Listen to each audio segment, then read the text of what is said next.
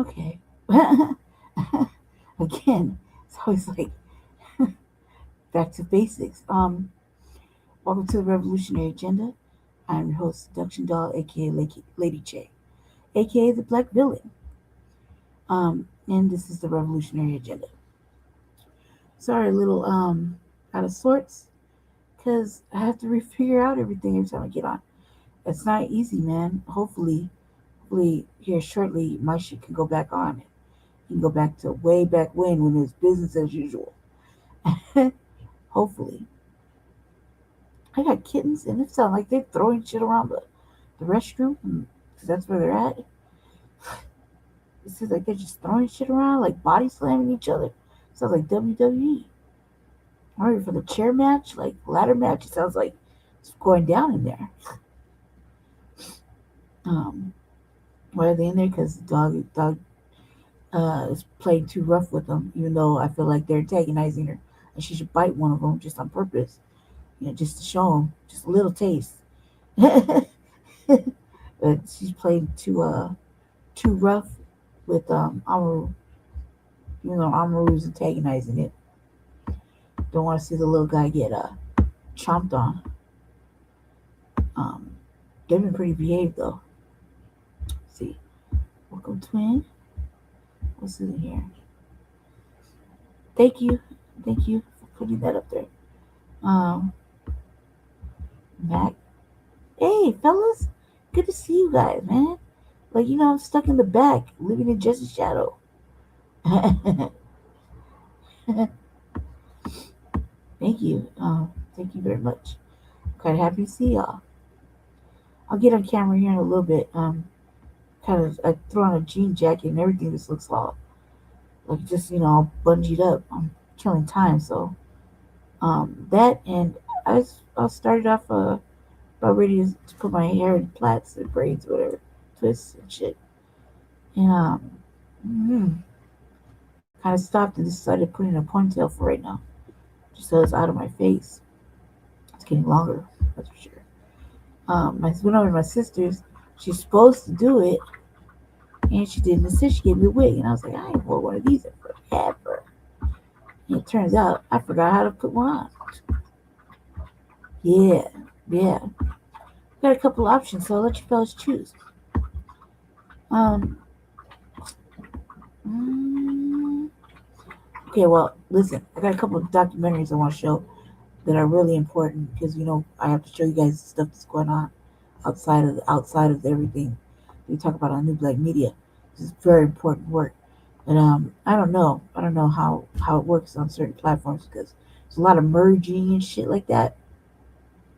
So yeah, um, I don't know how that's gonna work out.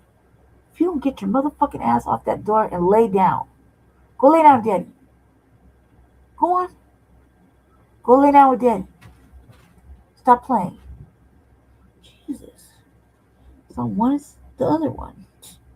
All right, yeah. So it's gonna be exciting. I'm gonna go over a couple of light stuff because this said only have 4 hours, and then which is fine, which is okay. Then after Frontline Black News tonight, and after we get back from this event that we have, it's an unhoused event. We'll be filming from there too. Then he said I could go again, do another RVA and another one probably tomorrow, so that I can make up for being gone for like 3.5 weeks. What have I been doing? Chilling, being depressed in my room, sleeping mostly. Um, that's it. Just been busy as he is. I've been not allowed to go over there, so because I don't know how to leave. So he said. And so I've been kicking it, cold kicking it in the house with my brother and my fucking dog, dreaming about when things are gonna be okay with me here shortly. Just fantasizing about what I'm gonna do. So been watching hella movies, hella shows. I got reviews, and I just seen that new Avatar, a bootleg edition. So got stuff to talk about. Finished up Welcome to Derry. I got a whole bunch of shows I was catching up on, and I finally finished them all up. And I got reviews to talk about. So yeah, um, that's pretty much it. Chilling. Eating, not eating. Been kind of not. I've been totally evaded the fucking doctors for the last week. So try to catch up on Monday. I hate to go, but I got to go. In a lot of pain. Um, I broke my frame on my bed, so in a lot of pain, like a lot of pain with my hip. So I haven't really left my room in like about a week because I can barely stand. Um, so yeah, it's gonna be hard. I'm gonna be at Jesse's for like a couple of days, and that should be fun. So yep, we got a couple of events because we got Kwanzaa events and artistic events, and we have a routine every Kwanzaa, so we're gonna do that, and probably at our sister's, uh, like we usually are, depending on how she feels. So yeah, it's exciting. Exciting. The cats are getting bigger. They're being a little bit more politer with me. Still don't give a fuck about my shit and toss it on the floor. And they put my stuffed animals in peril. Like, the dog will get one of them a terrible part. And I'll have to spank the dog. So I rescued three of them already. I'm getting kicked off the floor, onto the floor. And there's the fucking cats are so bold. They kicked my Kenyatta, my doll, the a, a black doll on my computer. Some say it's for nefarious things. Ever definitely got a soul. Definitely talks to me. Motherfucker and kicked over Claudine, just another stand, a black doll stand, right? There's a stand you put jewelry on. So I was facing with her back turned like she's mad at everything. And my black gnome just put them in lines of peril. And I saw my dog Kenyatta on the floor, man, ready to choke on her like dare he. Dare he? You know what I mean? Like I had her sitting all pretty and high up so she'd keep eyes on me, and he knocked her to the floor. I had to find her, pick her up, dust her off, fucking throw my fists in the air, like mad, and he wasn't here yet. And then kicked her again off the keyboard. So I'm not having it. Putting her right back where I have her. And they managed to turn Claudine to face some sort of weird angle, like she's watching people come in.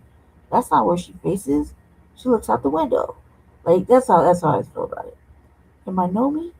Like, come on, cuz like I'm starting to get upset. um, that I haven't been doing shit, playing just chopping up with Jesse when he's at home. That's about it. Watching TV. I got on my new Black Media shit when he shows up. So other than that, I'm too amped up. I'll never sleep if I'll be ready to fight the world. It's a Aries thing. So I'm glad you fellas are in here. It's about to be cool. It's about to be a different season here shortly with the RVA and with me. I got a whole plan. Don't want to ruin it, but I'm just get back and slide into my old me ways, minus the debauchery and you know different partner, same partner, just back into my old style of things. You know what I mean? It'll be exciting, very exciting. Start taking things a little bit more seriously. So yeah, let's get started. Let's get started. We know we're gonna watch some recent stuff, some other shit. Let me see. Glad you guys are in here. Glad you guys came to visit.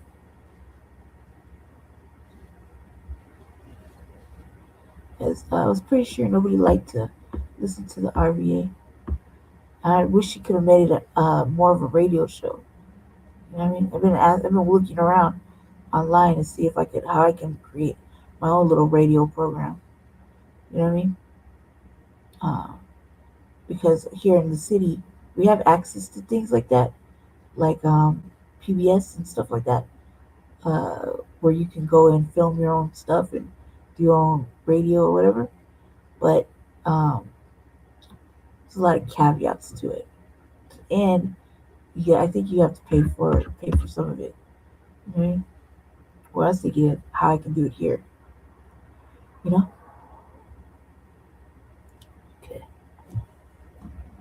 See if you guys can hear me now.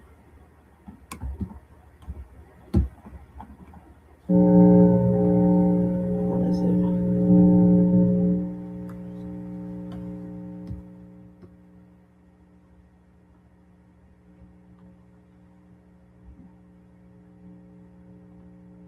Hold on.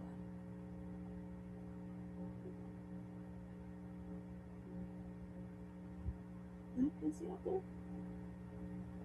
It's not here. Huh. Okay.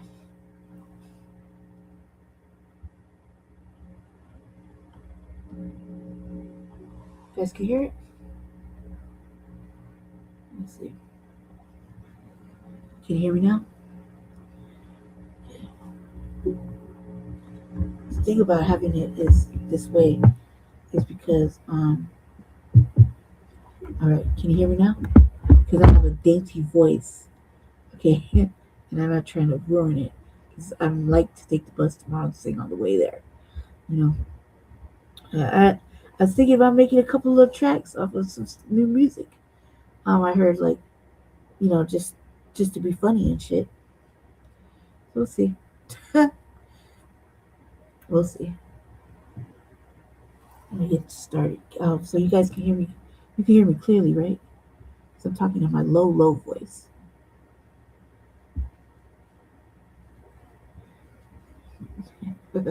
No, I got the voice for radio, for sure. Plus, I'm not really self conscious about the way I look anymore. I was gonna try to do something with my hair. I threw the oil and everything in it, but I couldn't find a comb and then mirror and everything. And the desk is all full of stuff, so I was like, man, fuck it. But I do have the voice for radio, and I don't want to talk louder than my actual inside voice. So that's why having a mic is imperative. My mic works great, so let's see. Okay, here we go. A little Reese. I'll make sure I got the disclaimer up. I gotta take down the disclaimer and write it up so that I can record it, so that we all have one on our page. Yeah, I miss Black Radio. I just want to do it. I feel like this right here. Let me see. Let's see how that works. This right here, could.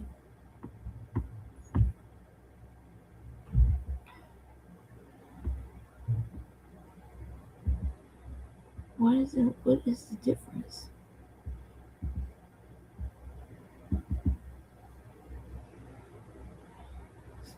Split. I did that. Ooh, some interesting shit. Hold on, family. Okay, right click. Right click on the tab.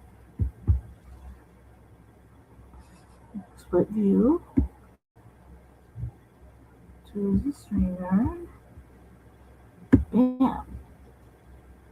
Alright. What in the hell? What in the hell? I was like, okay, great. Yeah, I miss Black Radio too. And the stuff they do got out now on the Black Radio is just nothing but raccoon positive speaking. I mean, like, it's not really even empowering almost. There's a couple of things Jesse listens to on this one radio channel. But I'm not easily impressed. Like, I think there should be different things. And I feel like I don't know. I feel like it can be done better.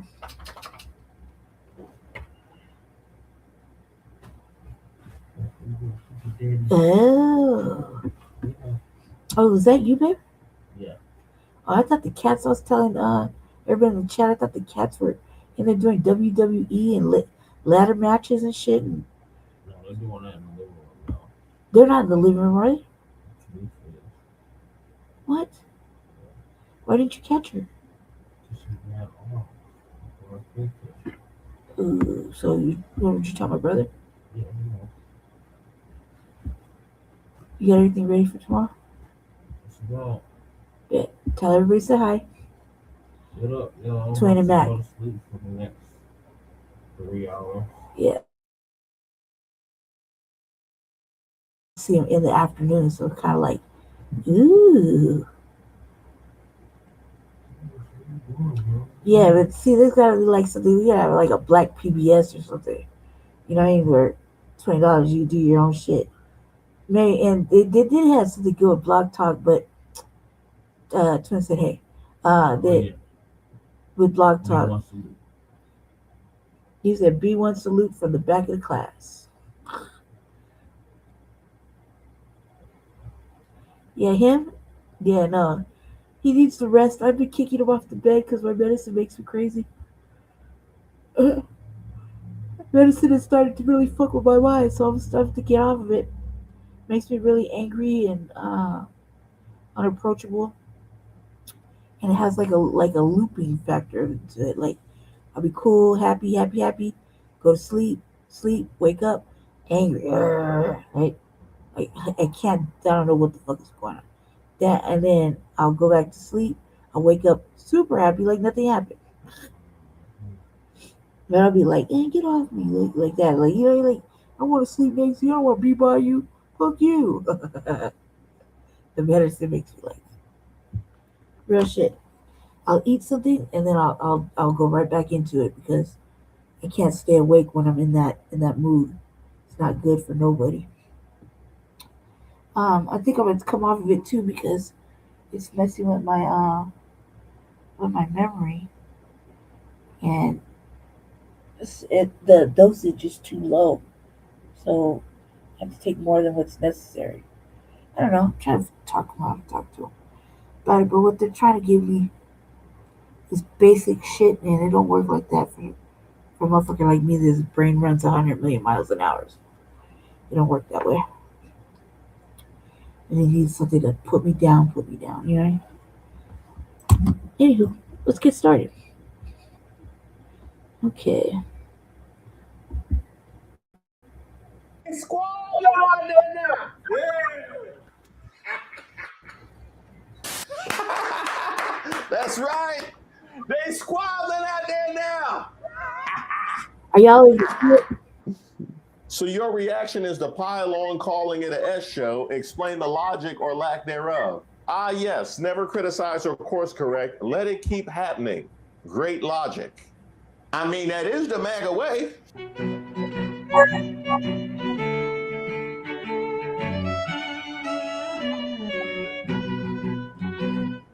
Shout out to all the subscribers and the members here on the channel. Don't forget to like the video. My name is Reese Waters, and this is Street Politics. I want to thank you for coming to this meeting of Let 'em Fight. It's been a banner year in 2025, thanks to the instability of MAGA's coalition, as well as the mean-spiritedness and crabs in a barrel mentality that runs through their bloodline. But now that we have collected all the nominees, it's important to go through. What's happening now? They squabbling out there now. Excuse me, I don't mean to interrupt, but they fighting over at AmFest, right Turning Point USA. They fighting from stage. That's what we're trying to do. I knew this would happen. I knew this. I knew this would happen. Look, we got too many already. We full. Stop the cap. Now wait a minute. Your tagline is "Let them fight. Oh. Let them get it out their system." And clearly they didn't get it out their system. They ain't got it out their system. So you have a duty to follow this through until they in fact get it out their system. I didn't hear no bell. One more round. So, if Candace Owens decides to spend every day since the murder of Charlie Kirk casting aspersions at TPUSA and the people who work here, who worked with Charlie every single day, his best friends, to cast aspersions at Mikey McCoy and Andrew Colvin and Blake Neff and Tyler Boyer and yes, at Erica Kirk, and to imply or outright claim complicity in a cover-up over Charlie's murder, to spew absolutely baseless trash implicating everyone from French intelligence to Mossad to members of TPUSA in Charlie's murder or a cover-up in that murder, then we, as people with a microphone, have a moral obligation to call that out by name.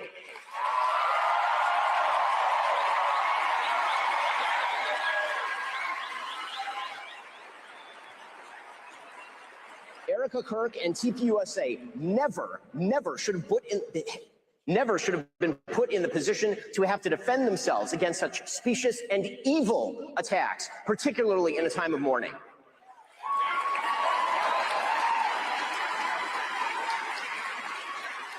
And the people who refuse to condemn Candace's truly vicious attacks, and some of them are speaking here, are guilty of cowardice. Now, first of all, who gave Ben Shapiro the mic? Was he approved? Y'all put his name through security? Let me in. Let me in. Reminder that while Charlie Kirk was still alive, he never had Ben Shapiro anywhere near the AmFest lineup for this year, probably because he knew of the un-American BS Shapiro would peddle with that kind of platform. A damn shame how Ben Shapiro made it to that stage. So this was how they're gonna beat the Israel allegations, is by putting Ben Shapiro up there when he wasn't before. This is like the Shabbat Shalom before he put this cell phone in his thing. Daddy's home. Take his phone Friday night. Shabbat Shalom. But Ben Shapiro, phenomenal job, by the way. I'm here for the drama. I'm here for you for the infighting. I'm all here for that. You talking about cowardice? Was it cowardice when you let Candace talk down on Black people all those years? Yeah, talking about how Black lives white lives matter. In fact, would that have been cowardice? Because y'all definitely platformed that. And you talking about other folks and them not speaking out. Was it cowardice when Megyn Kelly let them come for all the other women and push the trad wives ideology, Christian nationalism taking over on the right wing, and she ain't said nothing? Is that cowardice? But now that the allegations have circled back around, now it's cowardice. Ben Shapiro is so full of it, he hired Candace and let her go after Black people and LGBTQ people for years.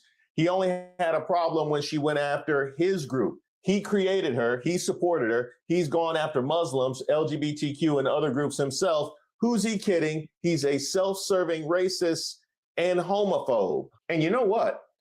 You can feel free to dispute those allegations with your further statements, but we know you won't. Because we have a duty to truth, we also have a duty to provide you with evidence of the claims that we make. Emotive accusations, conspiracy theories, and just guessing questions, that's lazy and stupid and misleading. None of them are a substitute for truth. None of them are a substitute for evidence. So when Candace Owens says, "I don't know, but I know," that is, and we are all more for having heard it.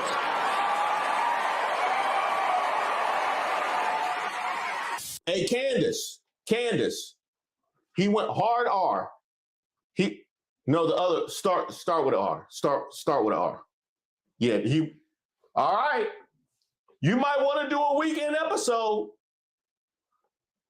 I think you got some fans down there too. Okay. As far as like those texts and that timeline, like his wife. Truly, Ben Shapiro, fuck you and the midget horse that you rode in on. And I say that on behalf of the world. I know you're going to get applauded by Konstantin Kisin and Andrew Christ is King Clavin and all of the people, the men who have to keep applauding what you do like you're a 4-year-old to make you feel good. But the rest of the world can't stand you. You're obnoxious. You have absolutely no values that exist outside of the Talmud. You describe yourself as a Talmudic Jew, and I've learned what's in that Talmud, and I encourage other people at home to learn what is in that Talmud so that you know what Ben thinks of you, because he doesn't just hate me, he hates you too, white men. He hates all Black people, okay? If he's following the rules of the Talmud, I mean, when I say hates, they think that we're animals, that they have a right to own us, that they have a right to make us worship them, that they have a right to lie to us, that they have a right to sue us and take everything that we have, that they have a right to deceive us, that they have a right to treat Charlie the way that he treated Charlie while he was alive, only to then try to defraud the population into thinking that he is somehow a part of his legacy, that he somehow cared about Charlie Kirk and cares to protect the people that are working at Turning Point USA. Good Bye, Ben. Goodbye. The question is, how much more money is Ben Shapiro going to spend to make people think that he's popular? How many more articles is his father going to write under a pen name, Hank Berrien of the Daily Wire, under the pen name Hank Berrien, as he wrote while Ben was at Breitbart, before he turned his back and betrayed them too, because that is his nature. He's one of these belly creatures, sliver on. The question is, how many more weeks and years do we have to keep pretending like Ben Shapiro is relevant? And Megyn Kelly, don't think you're going to get away from all this. No, he did say your name. No, Megyn Kelly, not the R word. He said your official name. So no, Tucker Carlson, it is not an excuse to go silent on Candace's targeting of TPUSA.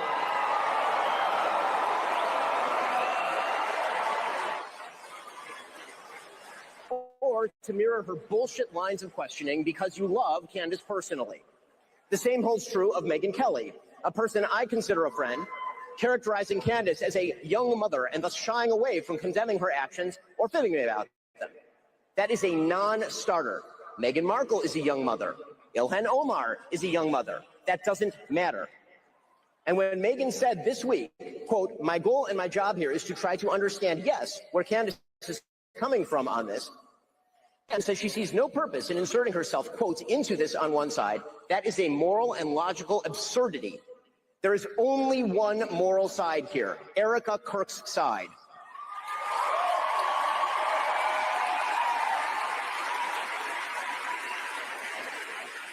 You know, the side of the widow with 2 children, whose husband was shot live on camera in front of all of us. Friendship with the person accusing TPUSA of a cover-up of Charlie's murder is no excuse for cowardice. I told you.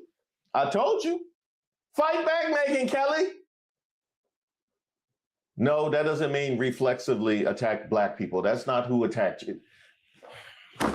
It's so hard dealing with you. It's so hard instigating with you. Only cowards tolerate conspiracy theorists. Ben Shapiro delivered a barn burner tonight at TPUSA. Who called Barry Weiss? Is who called? Oh, because I said the R word.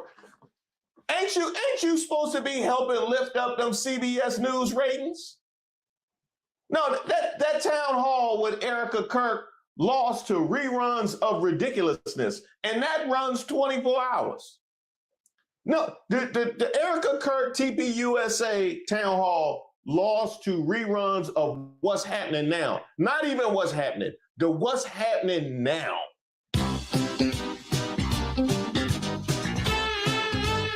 And not to be missed in all of this is her inability to even feign objectivity with regards to left and right, or with regards to the Israel lobby. A barn burner, you say? Thanks for signing on. Ben Shapiro and Barry Weiss in a joint attack on yours truly, their friend tonight, without a damn clue what's been going on behind the scenes for months. Probably should have checked with TPUSA and Erica Kirk first. I'm embarrassed for them. Oh, we all embarrassed for Barry Weiss. I'm embarrassed for people still employed by CBS News. I'm embarrassed by people whose names start with C. That's how bad she's going right about now. As for Ben Shapiro, it's not going to get no better.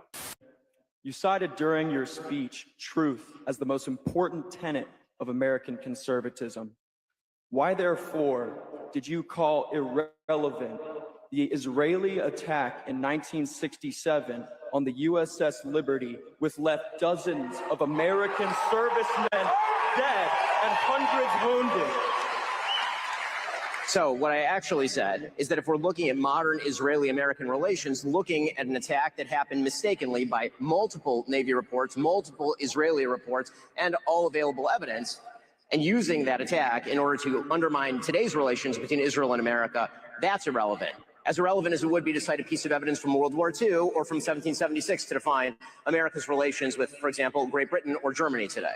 That does not mean that the attack wasn't horrible for the Americans involved, that it wasn't bloody and terrible.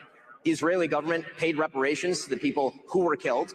If you look at the actual military record of what happened on the USS Liberty, it was clearly a mistaken and tragic attack. The people who frequently cite the USS Liberty, however, are not talking about the specifics of the USS Liberty. I suspect that the vast majority of people who bring this up are doing so in order to suggest that Israel deliberately attacked an American ship because Israel deliberately wants to harm America. It is connected generally with a larger point. I wonder if that's your point. If the truth matters, then the Israeli government must be held accountable for that attack. The American flag was flying on that ship. You do not mistake an American ship for a foreign one when our flag is flying. So, this is disgusting from Ben Shapiro, as if there aren't actual survivors of the attack on the USS Liberty who have shared their story. I'm not surprised Ben isn't interested because it hurts his entire agenda, which is using USA to benefit Israel. Huh. That was pretty well timed, pressing Ben Shapiro while on stage about the USS Liberty. That smells like the groypers, don't it? That smell like the groypers came down there. Are they fighting in the hallway? John Doyle tried assaulting a groyper after getting pressed. I'm lucky I signed that fucking deal. If I were independent, I would bring it. Whoa, calm down, man. Calm down. Whoa. We're supposed to be about Jesus. We're supposed to be about Jesus at TPU. We about Jesus hating Muslims, black people, immigrants, and gay people, and poor people, and women, and Jesus. What y'all fighting for? So you ran away to AmFest to intentionally cause trouble and then ran away like a bee when he took a step towards you. Groypers really are just leftists. You know what? I'm fine with that. Ain't gonna be nothing but leftists when y'all done. We all gonna be Marxists, because anybody you disagree with, we all just gonna be leftists. Good luck winning an election like that. By the way, Nick Fuentes, you might want to weigh in here. The Levins, the Wexlers, we're just laughing in your face. We're not listening. You're Jewish, you're pro-Israel, you're fucking cringe. Suffice to say, we're not listening anymore. You had your chance. You had goodwill. You even had censorship and all sorts of other built-in advantages in the media market, and you blew it. With your disingenuousness, with your omissions and your lies, your hypocrisy, your cancel culture, you blew it. Think about the advantage that they had. A guy like Ben Shapiro, he had no rivals. And Tucker pointed this out. Shapiro has a deal with Facebook. I imagine he has a deal with YouTube. So while everybody was being censored by Facebook and YouTube, Shapiro was being promoted. Do you know what a good deal that is? That would be like if you went into business selling hamburgers and the government said, we're going to subsidize Burger King and McDonald's is not allowed to obtain a business license. That's the deal that Daily Wire had going. They were like the #2 advertiser on Facebook for a decade or something like that. The #2 most prolific ad buyer on the platform. Meanwhile, and that's the biggest platform. Everybody else was banned. And for 10 years, they were the beneficiary of cancel culture and all those other structural benefits. And what they did with that is they just abused the good faith and the goodwill of the people. They showed their hand, which is they don't care about Americans. They only care about Israel. They were hypocrites. They lied. They were disingenuous. If anybody was critical of their position, they were dismissive or they tried to destroy that person, like myself. And I said on Twitter earlier tonight, I said, Ben Shapiro's finished. You're done, little man. America has had enough of Ben Shapiro. We see you for what you are. And now we're done with you. You're a bitch. And I can tell you this, Ben Shapiro, because you mentioned Tucker's name too. You saw his face at the top of that bill, did you not? So how'd you think this was going to go? To question your motives, actually, why can't you answer the question? Why can't you answer that question?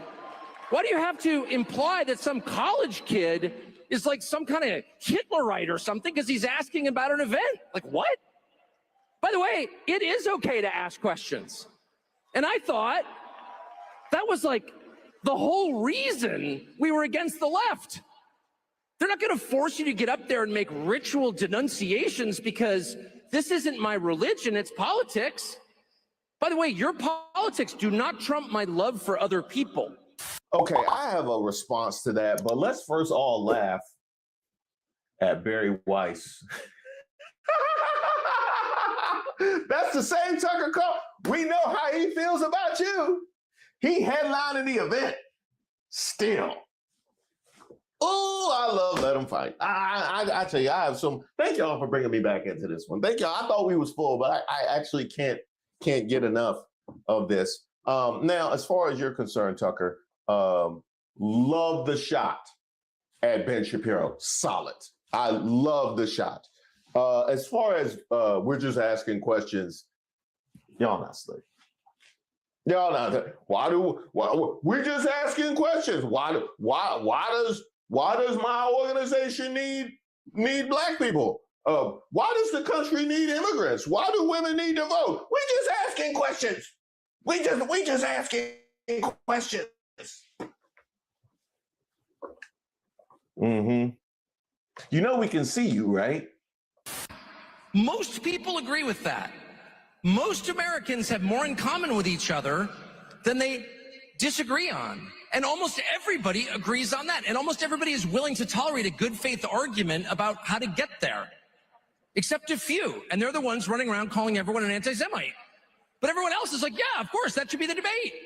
And they'll vote for you. They want that because they know they haven't had that. They really just kicking out their buffer class tools and all that other shit. They just we're about to go back to pure white Christianity, Christian nationalism, white nationalism. About to go back like heavy because the way they kicking motherfuckers out and blocking and cock blocking and doing all the most, it just looks like they are like, yeah, let's keep it white and preserved. Any outsider's just gonna take the tail, which is that hasn't done enough yet to really be kicked out. But you know his time's coming too. Just give it some time, you know. And fucking Candace Owens, like I said on the Frontline Black News, she need her ass beat from fucking around with Charlie Kirk after the fact, after he's gone. You know, talking shit about what he would have done, what he wouldn't do, and what she knows and what she doesn't know. You know what I mean? And basically just not really even being cordial with the wife. You know what I mean?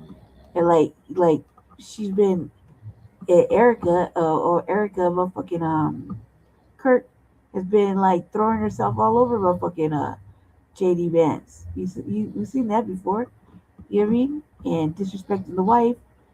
So JD Vance, like, man, do something. Like, really, like, they gotta keep it all the way white. You know? JD can't bring his bitch, shit like that. They keep it out.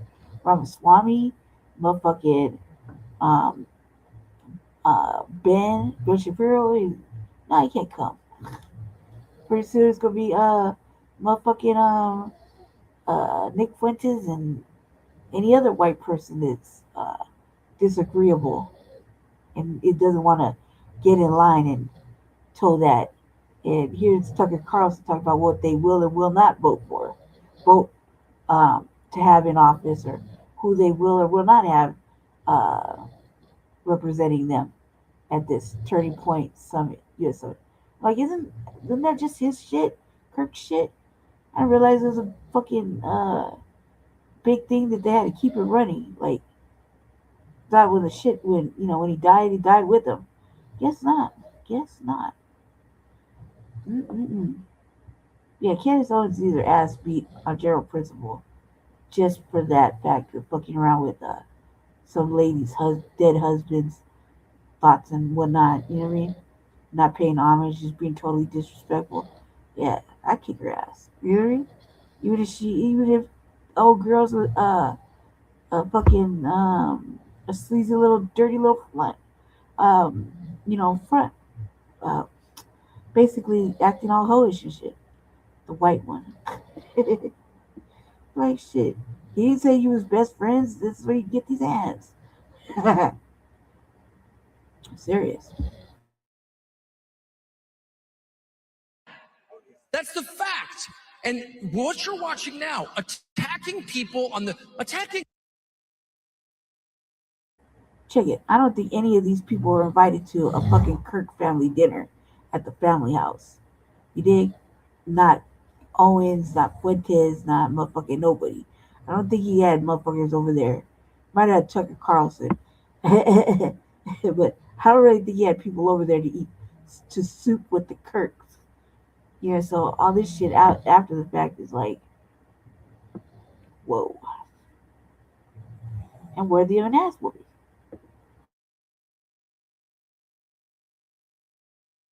Millions of Americans because they're Muslims? It's disgusting. And I'm a Christian. I'm not a Muslim. I'm never gonna, I know there's a lot of effort to claim I'm a secret jihadi. I'm not. You should not attack people on those grounds. And you're seeing it from Republicans. What the hell are you doing? What you're doing is trying to divide the country. And I've lived through 50 years of this crap.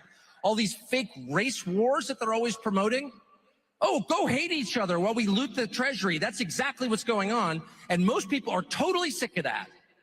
So yes, there is a possibility for a huge coalition of decent people once they free their minds from the traps set for them by others and realize, wait a second, we all want to make this country better. And the 15% or 30% who don't, okay. Good luck in Maryland or wherever you wind up. But the rest of us would like to fix it. Okay, first of all, thank you for banishing them to Maryland, thereby indicating you will not be. I think he's lying, and I think he only means if you're white and in alignment with what we're thinking. I think it means for everybody. You think? And I think he's just lying, trying to be PC about it, but he's just speaking in underlying code right there. Like, yeah, don't hate on Muslims.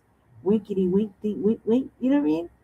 I don't think come on, man. This is the fucking the white nationalist hate conventions coming up. You know what I mean? This is all their shit coming up as well. I think this is bad. Let's just give them a chance. Yeah, right. There, I appreciate that. Here's my concern, Tucker Carlson. That was a uniting message about not attacking people because they're Muslim. Like, that's the kind of thing that we said, like, pre-election in order to point the finger at the hatefulness within MAGA. At this point, that would be something that might heal the Mac. Oh, that was divisive within MAGA? Okay, so I just got tagged in a video of Tucker Carlson speaking at AmFest. I don't know what's going on with this lighting here. Saying that we need to be nicer to Muslims. What in the actual? Their prophet, essay, and married children. We need to be nice to somebody who believes in prophet who does that to children? I'm sorry. How much do they have to pay you to say that to a crowd of Americans? Oh, they are nowhere remotely even close to a peaceful Christian message. Wow, I gave them too much credit. My bad, Tucker. I gave them too much credit. I thought that not hating people because they're Muslim would be a uniting message. I didn't realize just how far gone MAGA in fact was. And I certainly hope the Muslim for Trumps heard that one. Pushback for not being nasty and standoffish and closed off to people because they are Muslims. yes, there was pushback. And you know what? I have to push back on the left, because this was also well said.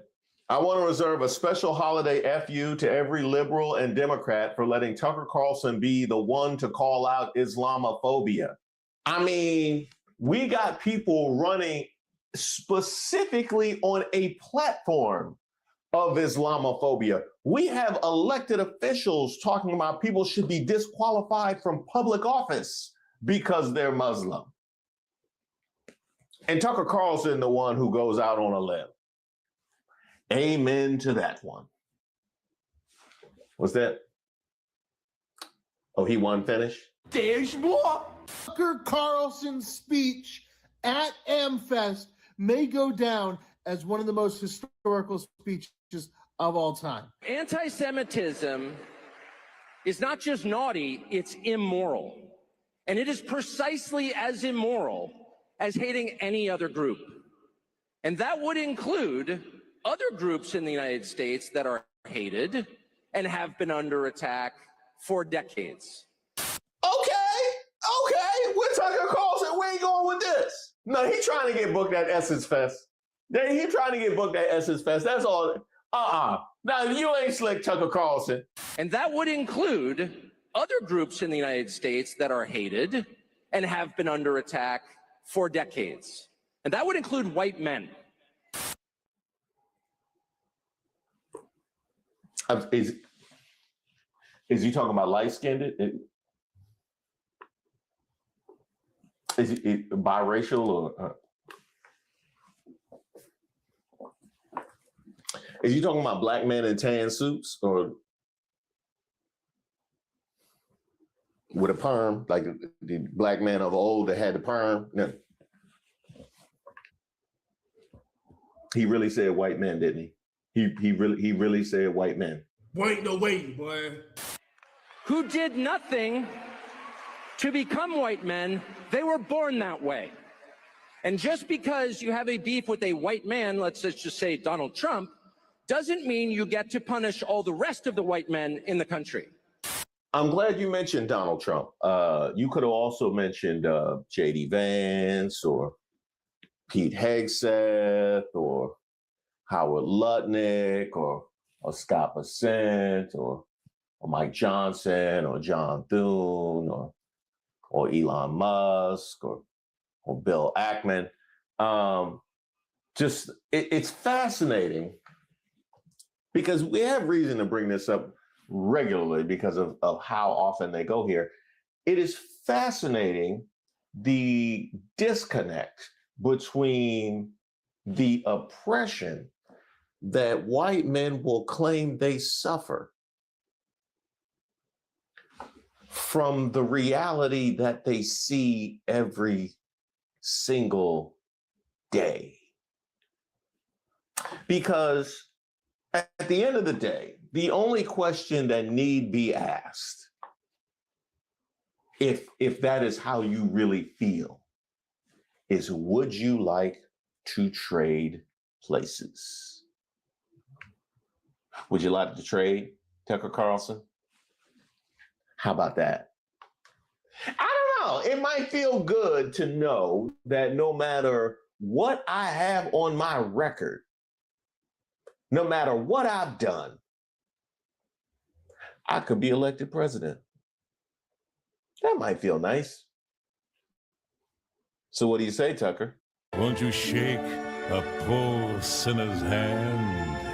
Hate to say it, but AmFest was a S show so far, backbiting and squabbling, condescending speeches. It's very disappointing. That's right. They squabbling out there now. Yeah. That's right. They squabbling out there now. So your reaction is to pile on calling it an S show. Explain the logic or lack thereof. Ah, yes, never criticize or course correct. Let it keep happening. Great logic. I mean, that is the MAGA way. that is the MAGA way. That Trump just had a whole speech to the nation that was never criticized or course correct. That's what y'all do. He's right, you know. Tucker Carlson totally upstaged Ben Shapiro. Very mature, well-articulated response after. I think that was all motherfucking for show. It's got to be doing it for another reason. No, because it's Tucker Carlson, for God's sakes. It's got to be doing it for a whole different reason than what they're talking about. You know what I mean? Whole different reason.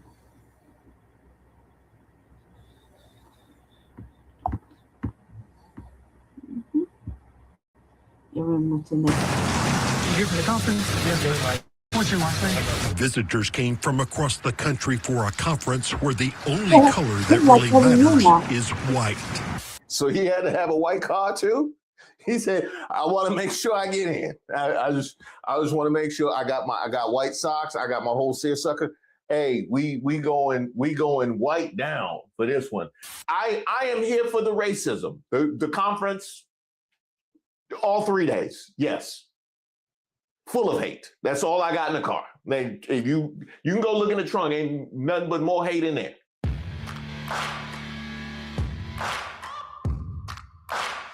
Shout out to all the subscribers and the members here on the channel. Don't forget to like the video. My name is Reese Waters, and this is Racist of the Week, where we expose the stupidity and hypocrisy of discrimination in hopes we can build a more perfect union.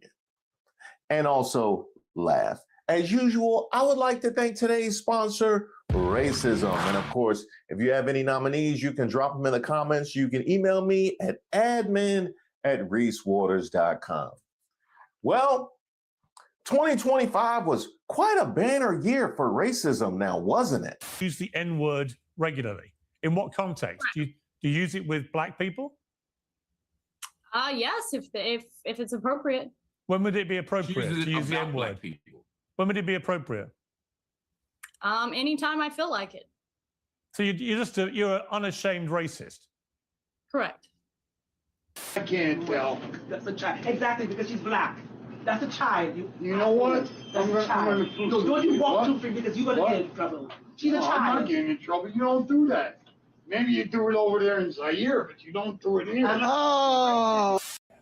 I am racist. And you are a Jesus Christ is God, and there is no other God. He is part of the Holy Trinity, and any other God is a demon, and it's false.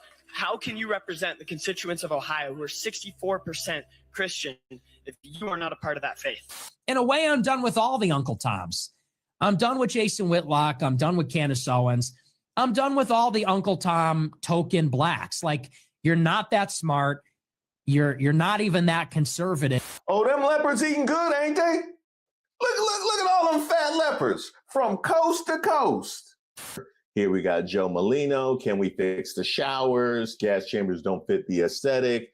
And boom, they're dead. We get Alex Dwyer with a nice little 1488, which is shorthand for Heil. And Trump's too busy burning the Epstein files. Here we got William Hendricks, who is a lover of ends and not in the good way. Who also like to say, would he like some watermelon and Kool-Aid with that? Always coming up with, no, it's not the Jews. No, it's not women. No, it's not blacks. It's actually really complicated. No, it fucking isn't at all. Jews are running society. Women need to shut the fuck up. Blacks need to be imprisoned for the most part. And we would live in paradise. It's that simple. It's literally... Shut your stupid ass up. Say that, folks. Oh, that must be that new racism. I can honestly say that. Okay, I'm not systemically racist. I'm a new racist. Huh. And she felt the freedom to say all that I wonder what empowered them. What gave them the confidence to be so bold? Racist plan. He might not even be here. Trump's in now, remember? Ah, yes. Well, he'll certainly never beat those allegations now. Yes, they do feel so emboldened and so empowered, so much so that they had a whole racism conference. I know. I know. I can only imagine how unseasoned them lunches about to be. You know what I mean? Who catered that? Oh, it was Paula Dean? That makes sense. That makes sense. But the existence of the conference itself actually frustrated me because I was trying to book the same venue for the Racist of the Year awards. On this Monday, we're getting brand new insight about the guest list for an annual hate conference at a state park right here in Middle Tennessee. And we've now discovered it includes people in Congress. I got a couple names. People on YouTube, on social media. Never mind. I'll let you finish. Go ahead. You got it. Hey, it's a couple people working at that Chick-fil-A down the street I would like to nominate. who have celebrated political violence. Good evening, everyone. I'm Rory Johnston. Carrie is off. The American Renaissance Conference has been coming to the area since 2012, yet not much has been known about the cast of characters who attend. That is until now. News Channel 5 Chief Investigative Reporter Phil Williams was there 3 weeks ago when the conference returned to Montgomery Bell State Park in Dixon County. Phil is with us now, and I know you've been working hard to figure out who you were actually seeing come into that place, right? Now, he did say returned. And in fact, we are returning here on this channel. We covered them the last time they had their whole racism festivities. Here at Montgomery Bell State Park, the tranquility of a fall afternoon was interrupted by the sounds of protest. No Nazis, no KKK, no fascist USA. By a small group of anti-fascists upset over the return of the white supremacist American Renaissance Conference. And if anybody would show up again to a place where they were received like that, it would be racist.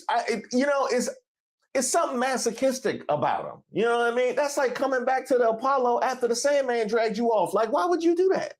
I got booed off stage at Bowie State University in 2007, and I ain't been to Bowie since. Nope. I don't go to the movie theater or nothing. Oh, brother, this guy stinks! If you are not here to celebrate and lift up love, what are you doing here? Among the changing colors of the season, Here for the conference. What's your mark say? visitors came from across the country for a conference where the only color that really matters is white. So he had to have a white car too? He said, I want to make sure I get in. I just want to make sure I got white socks. I got my whole seersucker.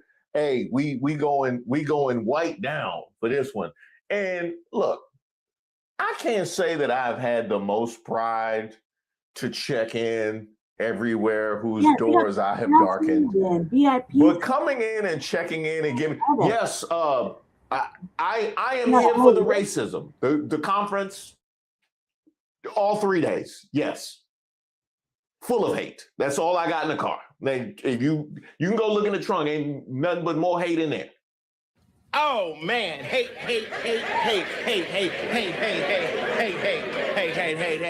Because there are 200 or 300 people in that building over there that believe only they belong in this country.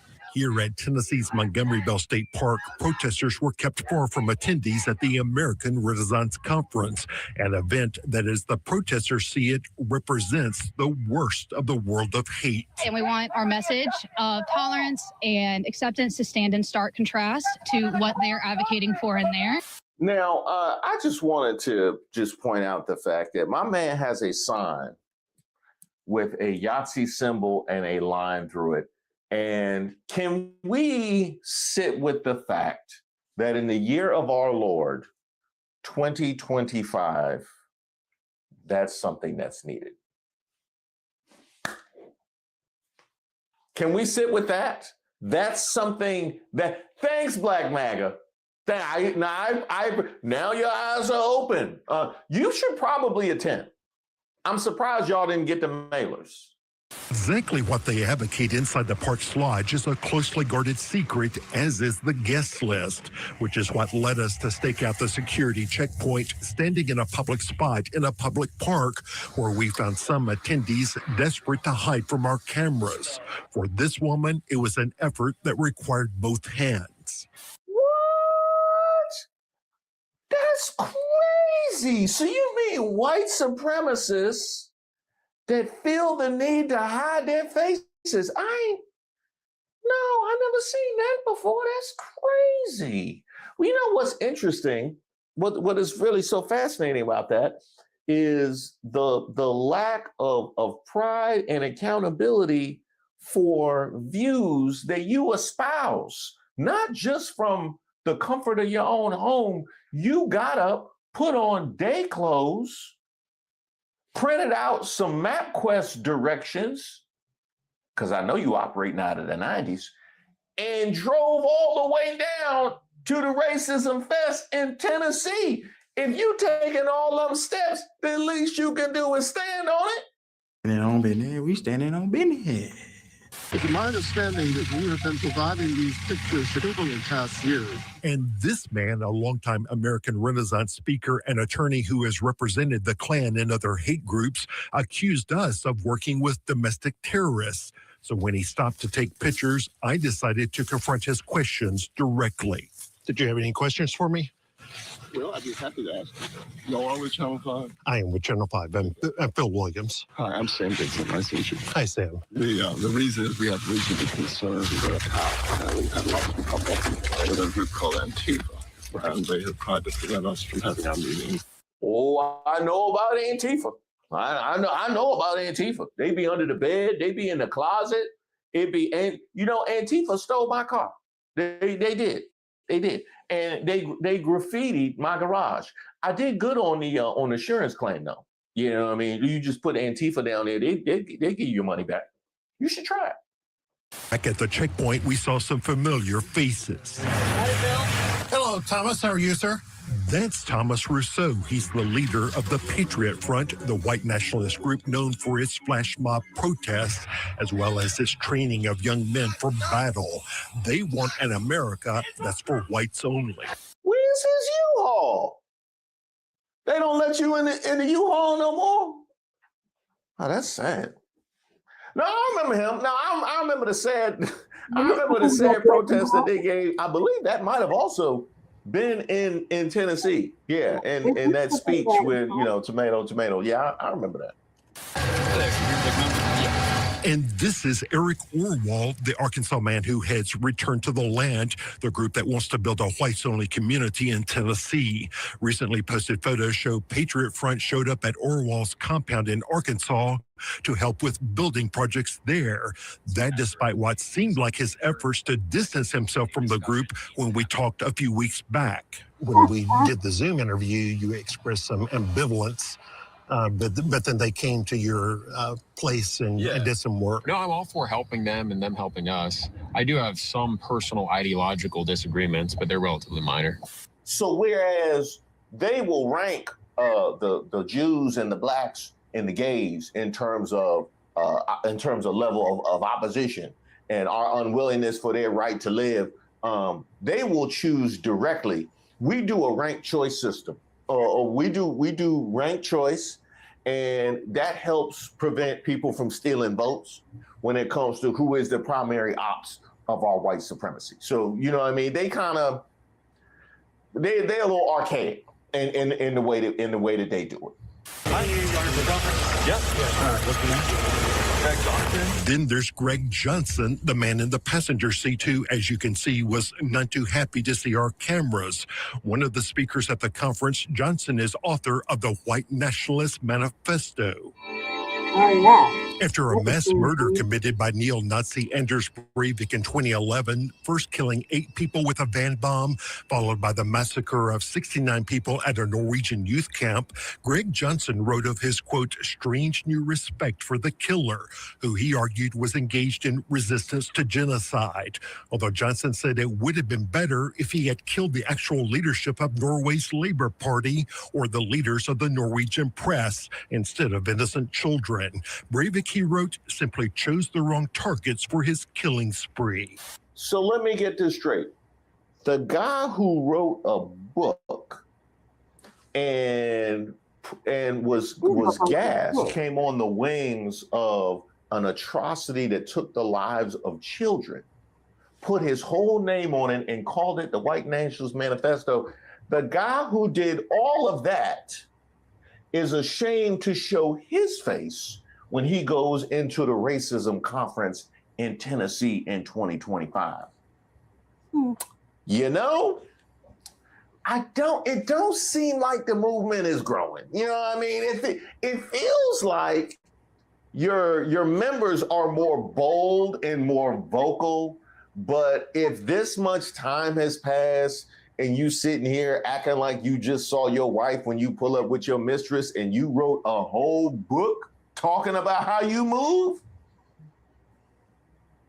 it's not good. That's not good. I don't think you're going to sell many of those in there. Back at the protest, does it surprise you that you have someone like Greg Johnson who, defends mass shooters? It doesn't surprise me. Like I said, it is the worst of the worst. Then there was Johnson's companion, David Zeddy. He has defended the neo-Nazi who drove into a crowd of protesters in Charlottesville, killing 32-year-old Heather Heyer.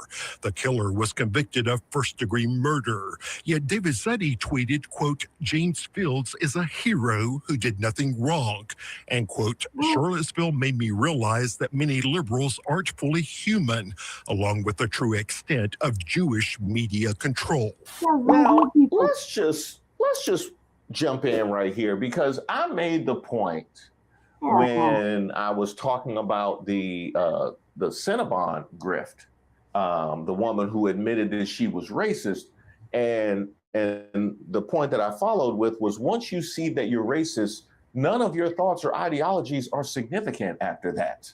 You know, I'm racist. Let me tell you why John Stockton was the greatest point guard of all time. Like, it don't mean nothing after you tell me that you are racist. And here we have a gentleman that went so far as to say, I believe that some liberals are not fully human, yada, yada, yada. Well, your justification of the man in Charlottesville, and I would expand beyond that and say your group's widespread justification of these crimes and atrocities that have been committed in the name of white nationalism are really meaningless after you have seeded your racism and your white nationalist ideology.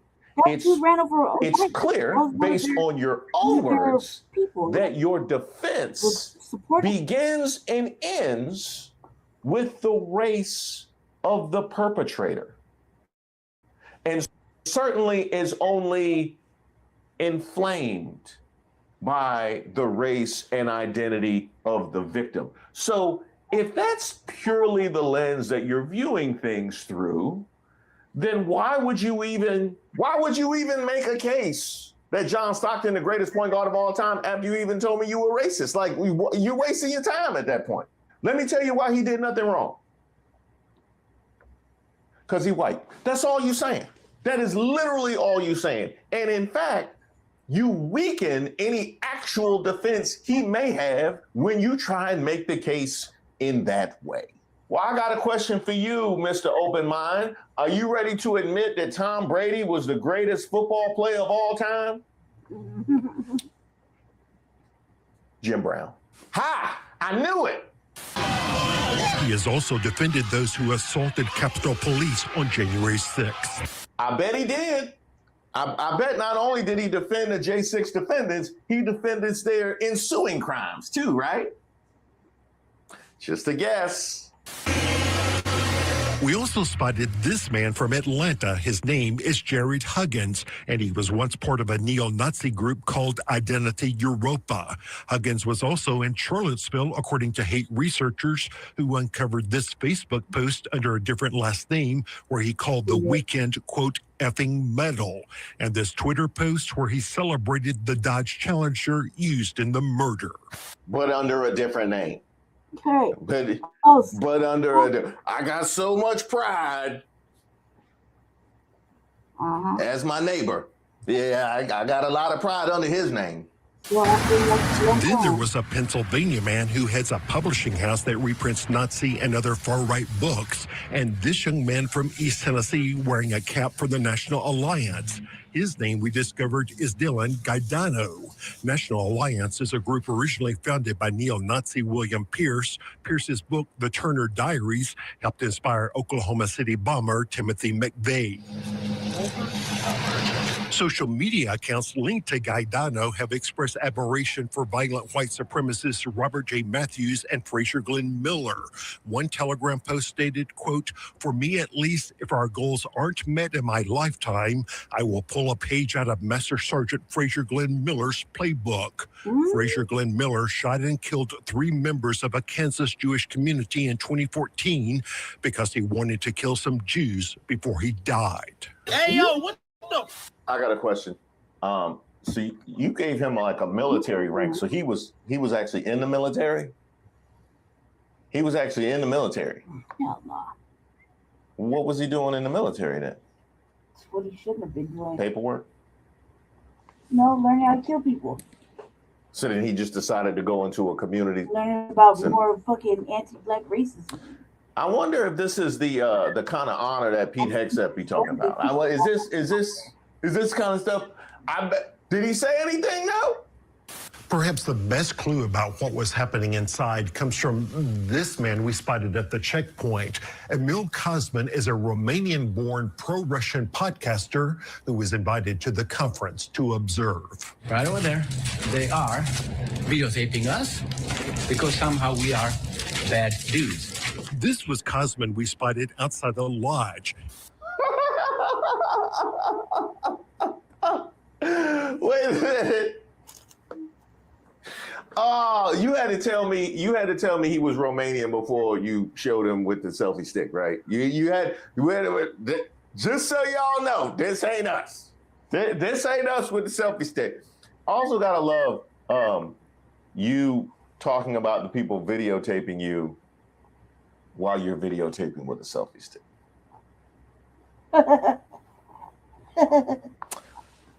You know what I mean? Hey, maybe they out there with the stick just trying to see how that works. You know what I mean? That could be it. Later described the atmosphere inside the conference as one where it was anti-Semitism that really invigorated the crowd. Yeah, the Jews are in control over there. These kind of things. A lot of people cheered. Oh yeah, like good job, man, telling us the truth. The podcaster said the National Alliance had a table set up where it was selling its materials, but American Renaissance insisted that the Turner Diaries be kept under the table out of public view. Guys, you know what the reason was? These guys are neo-Nazis. These are Nazis. That was the answer. They are Nazis. That's why we don't do it. It's a Nazi book. So that's like the line. So that's the line apparently for the white supremacists. That's the we gonna have the book here, but y'all gotta keep that up. That's too far. Apparently, you got a who's who of people that have amplified atrocities worldwide in attendance, but the book can't be on the table though. Now we can't. Don't disrespect us with that book on the table. I mean, there was a gentleman that had a whole protest sign against Yahtzees that was needed, but by all means, don't put the book on the table. Hi, Phil Williams. That's a far different story from when I first met American Renaissance founder Jerry Taylor a year ago. How about the neo-Nazis? I don't even know a neo-Nazi. But inside the conference this year, He said, well, that, what was his expression? That promotes violence and terrorism. Do you know that? Everybody we done met promotes violence. What? The level of self-awareness on the right wing is just crazy. Now, by the way, I do remember Jared Taylor and how that conversation went last year. Not so much. You think he's showing back up?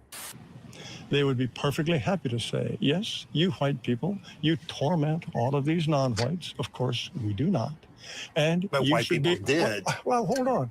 Why can't you let me finish? You Please. keep wanting to gloss over the history. No, I'm not denying the history at all. What have I glossed over? Of course, there's been slavery, Jim Crow, segregation. I'm not denying any of that. Don't put words in my mouth. What y'all think? Kazman said Jerry Taylor privately insisted the group's Turner Diaries was a real problem. Whose state? Our state. Whose state? Our state. which is why these protesters say what happens here inside this state park cannot be ignored. And this group kind of represents the worst of the worst. And I wanted to at least be out here to say that that's not the America that I grew up with. That's not the America that I believe in. I will split the difference with you. It's not the America that you believe in. I appreciate that. It's not the America that I believe in. I don't know if I can go as far as to say it's not the America I grew up with. Now, when it comes to the level of freedom that they enjoy in the public discourse and the boldness that has been bestowed upon them from up on high, that certainly is different. But I don't know that anything was instilled that didn't already exist. Now, we've also identified other people at the conference, including, get this, a Lutheran pastor from Southeast Alabama who has connections to what has been described as a neo-Confederate group. And to be clear, not everyone there advocates violence, although it is also clear there are some, including some influential attendees, who refuse to reject it. They got neo-Confederates now? So we got Yahtzees, we got neo-Yahtzees, we got Confederates, and now we got neo-Confederate. Like, what is it? Are these the people that do the reenactments with modern guns? Like, what is this? They go to the Civil War reenactments and just wear regular clothes, like they in there in jeans.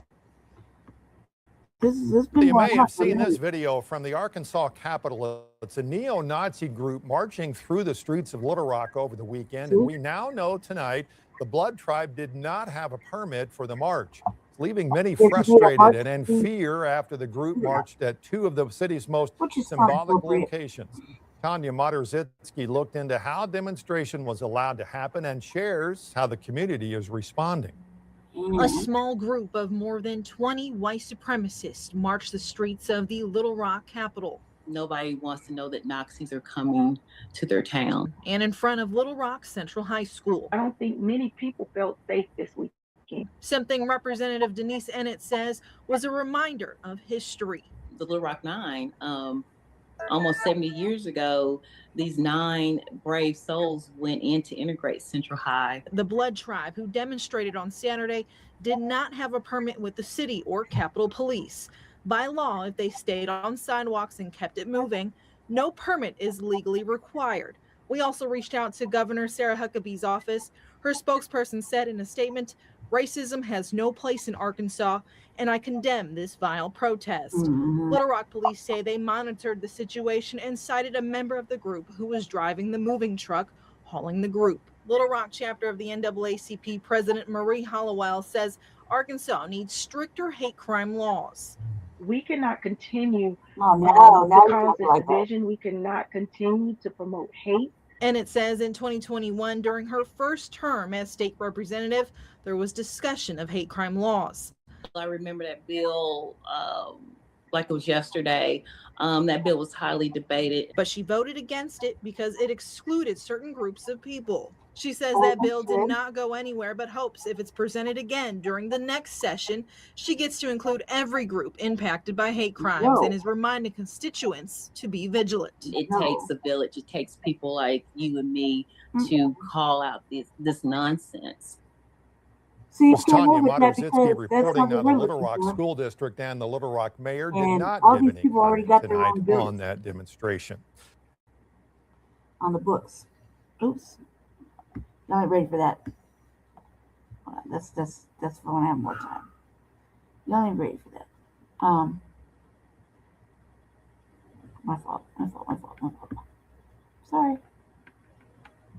Hold on. It's going the opposite direction of where I wanted to go. 1 second. Sorry.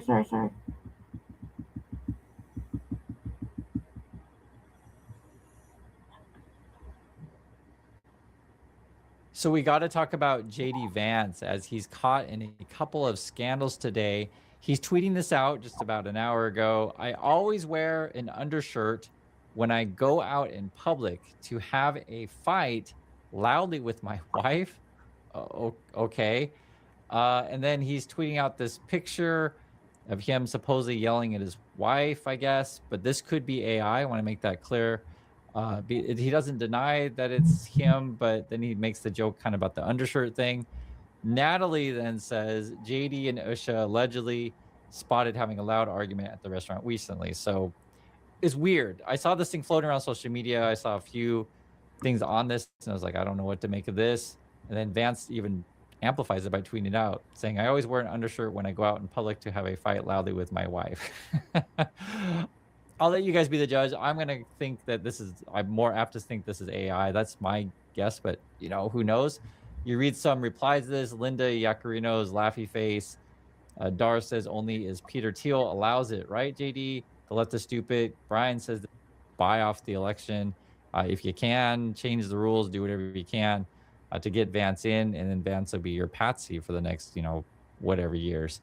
This is Trump and Vance at a Christmas party today. Is when Vance's run for the presidency. They're already planning for post-Trump era, right? I figure after the midterms come, you're going to really ramp up the talk on who's going to be, the candidate for either party.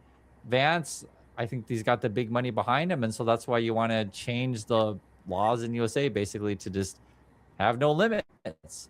Make it so that Elon Musk and I guess Ellison, whoever wants to just buy off the election, if you can, change the rules, do whatever you can to get Vance in, and then Vance will be your patsy for the next, whatever years.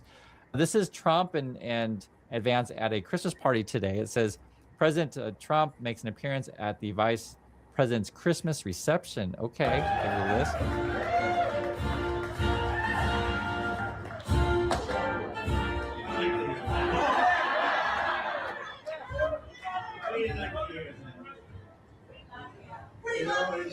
It's JD implied. We're trying to build a ballroom. We're not only trying, we're building it. And so you can see the sign behind him. It says the Golden Noel, right? JD was just there, and they got the Christmas decorations up, and it's fine. You can celebrate Christmas. But I want you to see what this world is. These are all the staffers, the billionaire buddies, all the sycophants or whatever. They have these big Christmas parties, and then the money's like, okay, we got to throw enough money behind it. We got to get more, our people in place and start forcing JD Vance on everyone and get that's going to be, I guess, your candidate. They're also sending Vance out to Turning Point stuff, so they're going to try to rally all the Christians. Every time I say that, I'll use this. The Christians, right? You don't have to be part of the Turning Point in the, endless televangelist kind of machine to be in the faith. And I just want to make that clear, because sometimes these Republican people act like that is the only game in town. There are lots of different things that you can do. There are a lot of other games. There's more than just JD Vance. And he says he's excited to be there. How else are they going to push JD Vance to you? They got Sylvester Stallone, Rocky, of all people, talking about Vance. Have a little bit of listen to this. But I like the man a lot. You spent some time with JD Vance. Is that right? Yeah. Do you think he would be a good person to succeed the movement that Trump has started? Without a doubt. I mean, he's really an elegant man. His wife's amazing. Kind of like my wife over here. They're beautiful. Come on, my love. I found him to be very elegant in his demeanor. Isn't it strange, this whole thing? Like this big campaign to get Vance in, right? Remove campaign finance limits. Let's spend unlimited money on Vance, I guess. And now we're talking about Vance's wife. Literally. I mean, you still got 3 months. I don't even know what to say. These are bot accounts, it appears. Because what happens is in MAGA land, and you may have MAGA people in your life, they'll go over Facebooks or the Twitters or Instagrams or whatever, and there'll be all these accounts basically pumping up Vance, and they don't appear to be real to me. So, for example, this says, stand up for Trump. That's the account. Almost half of Americans don't like JD Vance. Okay. If you love him, give me a thumbs up. And it's got a picture of Vance there with Charlie Kirk. You got another one here, another account. Trump lover, heart, India, America, right? Almost half of Americans don't like JD Vance. If you like him, leave a red heart, heart American flag, right? And I imagine there's probably, a million accounts out there promoted by Elon Musk's platform that basically saying the same message, and it's going to be like, real patriot, red Georgia, or Trump forever, Trump blah blah blah, right? Like it's basically bot accounts. And the thing is, it's so crazy. You have people in USA and say the MAGA base or whatever, and they don't realize how they're getting manipulated. I didn't realize how bad it was until, if you follow my channel, we talked about the Hyundai situation. There's this whacked out person named Tori, and she was like citing all of these, articles she read. and basically, I try not to be too mean, but I'll just say there are some people out there that don't know what's real anymore, and they can't tell the difference between, like, because obviously, fake article or say fake bot accounts than to real people. And it happens, it happens. You may have a aunt or uncle in your life, whatever, that get catfished by essentially a bot. It's like, some long lost relative or some, really, really attractive person overseas starts chatting with you, right? And these days, like, the robot can make you feel like it's a real person, and then ultimately they're going to ask you for money. That's what it boils down to. And in this situation, they try to build friendships or whatever, the algorithms, the bots, and then start pushing JD Vance on you. Yeah, Supreme Court probes campaign finance limits challenged by JD Vance. I, for one, think this is actually, honestly, the biggest problem in American politics or American economy, or just America as a whole. You could look at any situation in USA and just think of it this way. If we removed the money out of politics and you could get candidates from all kinds of backgrounds, right? Candidates that actually have connection to real people, like regular, just actual working people who understand how this stuff works, opposed to Vance, he's just going to be a puppet. You could argue he's going to be worse than Trump because, and I'll tell you why. When you see Trump, he's obviously Looney Tunes and dementia and crazy, and he's got these weird personality things, right? It's obvious to anyone. Vance, he's a bit more sneaky because he'll be clearly controlled by the Musks and Peter Thiels, whoever, big money, right? But he won't come across as Looney Tunes as Trump. And so the way that they'll do these things is they'll get you focused on, a bunch of nonsense issues. Vance will start talking about bathrooms or whatever. Republicans love to talk about bathrooms. It's like they have this obsession with bathrooms. It's such a weird thing that they do. And then, behind the scenes, they'll cut your Medicare and cut your education, all this kind of stuff. Vance also is saying these whacked out stuff today. I'll show you. This is another tweet that he just put out. First of all, it's just made up quote, completely dishonest. Okay, I don't know. When he says that, I was like, okay, what's the quote here? What are we talking about here? JD Vance, it's totally reasonable to not want neighbors who speak another language. Okay, so did you say these kind of things? Are you married someone from another country? Usha, I believe her parents and family are from India. So what are we talking about? Let's have a watch. Who's out of the house is actually evicted from the house because there are people who are going to pay more for rent. And then what happens is 20 people move into a 3-bedroom house. 20 people from a totally different culture, totally different ways of interacting.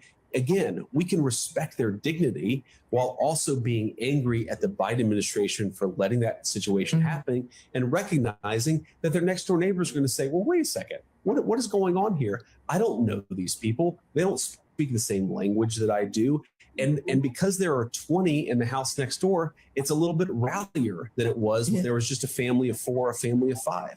It is totally reasonable and acceptable for American citizens to look at their next door neighbors and say, I want to live next to people who I have something in common with. I don't want to live next to 4 families of strangers. And the fact that we had... So that is actually JD Vance tweeting out this video, right? And it's sick. I mean, I don't know. Do you hate your own family? And then you're also dealing with stereotypes, right? Stereotypes that, all these foreigner people are moving into your neighborhood, basically, and they're not going to speak your language and know your culture. Like, he's basically talking to a white audience. That's essentially what it is. It's like a scared, fearful white audience. That's who you're going for. That's the MAGA base. I'll be frank with you guys. And it's weird, though. It's like, and that's, I guess, why people, put out rumors or whatever that he's having problems with his marriage, and that's why they mentioned that photo thing, because it doesn't really make sense, to be frank. And I know this Vance and Usha, they're not stupid people. I think they went to Yale Law. They're not dumb. You could say Vance is immoral. You can say that. You can say, but Vance is unethical. Sure. But a week and a yeah, half. you're not going to Yale During Law and a the law degree. time, You're not dumb. So what are you doing here? And I guess, and I don't know Usha personally. I don't know. You don't know what's going on behind the scenes. These people could all just be greedy. Usha could be gready, because why would you hang out with Vance and go along with this stuff, right? Maybe she's not greedy. Maybe her family's not greedy. Maybe that she does leave him. Who knows? I don't know. I don't know. I don't have privy to that kind of information. But when you see the stuff that he puts out, and then you see that this is the headline today: Supreme Court weighs further loosening campaign finance limits, and you know that they're going to push Vance on you. I'm just trying to hurry up and get inside. And it's so disingenuous to.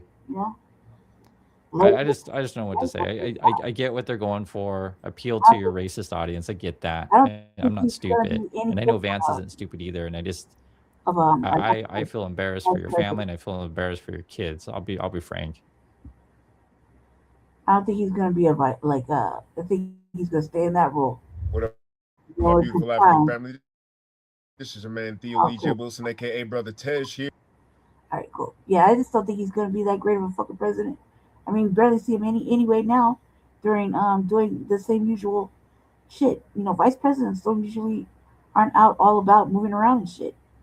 At least they've been lazy and hanging back. At least for the last couple of presidencies, we've seen that. Unless they got some specific things to be doing, you really don't see them that often. Here with African. So this cat is from our city, Theo Wilson. It's the African Diaspora channel, Uncle Phil's channel, Vicky Dillard's channel. So he got this little spot on here. I heard about it. Jesse had told me, couldn't believe it though, because he don't be talking like this, using our terminology for B1, FBA issues. He don't talk like that at all. He's one of those all-inclusive motherfuckers. He definitely sure as hell don't be super empowered like me and Jesse, or Jesse and I. You understand what I'm saying? He's one of Jeff Fard's friends that is kind of like shilling, and we don't he's with them. Anybody with them, it's like birds of a feather flock together, right? So it's like that. And he came out with RFK Jr. I was at the Cultural Center, and basically was sitting behind Sister Vicky Dillard, making all kind of hand movements like hurry up and end the conversation, being mad disrespectful to our sister. And that still like resonates, you know what I mean? And I never really heard him talk like that, like how he's talking. He's about to start talking now, and even then you kind of hear a little backpedaling. And I made a comment on this page. I made a comment like, because this is like my dream job, like one of my dream little positions. Like I want to be a correspondent on this diaspora news channel, like to report the news, like Demetria, Vicky Dillard, and I guess this motherfucker, minus this motherfucker, you know? Like, so I was kind of disgusted. I was like, I had to call it out. I was like, majorly call it out. It was like, don't talk like this at home. You know, do they know who you really is? Like, you know what I mean? Just because you I hate when motherfuckers think they're somebody, you know? And so yeah, like he's one of the people who's kind of hated on Jesse too, when he was running for office. Oh yeah, everybody acts like they don't remember. I remember. I got clear fucking memory, and I was like, you were like, there's one program. Diaspora news, and when it comes to you were out there talking all kind of crazy shit. So I was like, So yeah, I left him a comment. I don't know where the comments are, but yep, I left him a comment. Okay. Let's see. Hopefully I didn't go too far.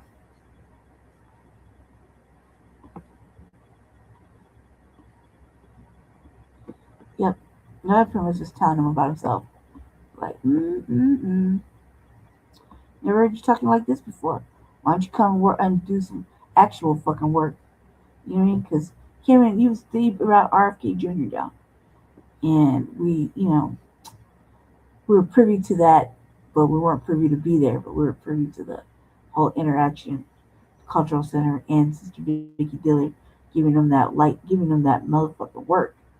We were privy to that, and then the disrespect that happened after that, and then the tirade I went on to about it, because don't disrespect that sister. She got way more of a following than this dude and anybody else over there on that shit. And don't disrespect that sister, especially when she asks you direct fucking questions to people who are running for office. What are you gonna do specifically? Questions, Well, how do you feel about this? They like actually try to get to the point of things.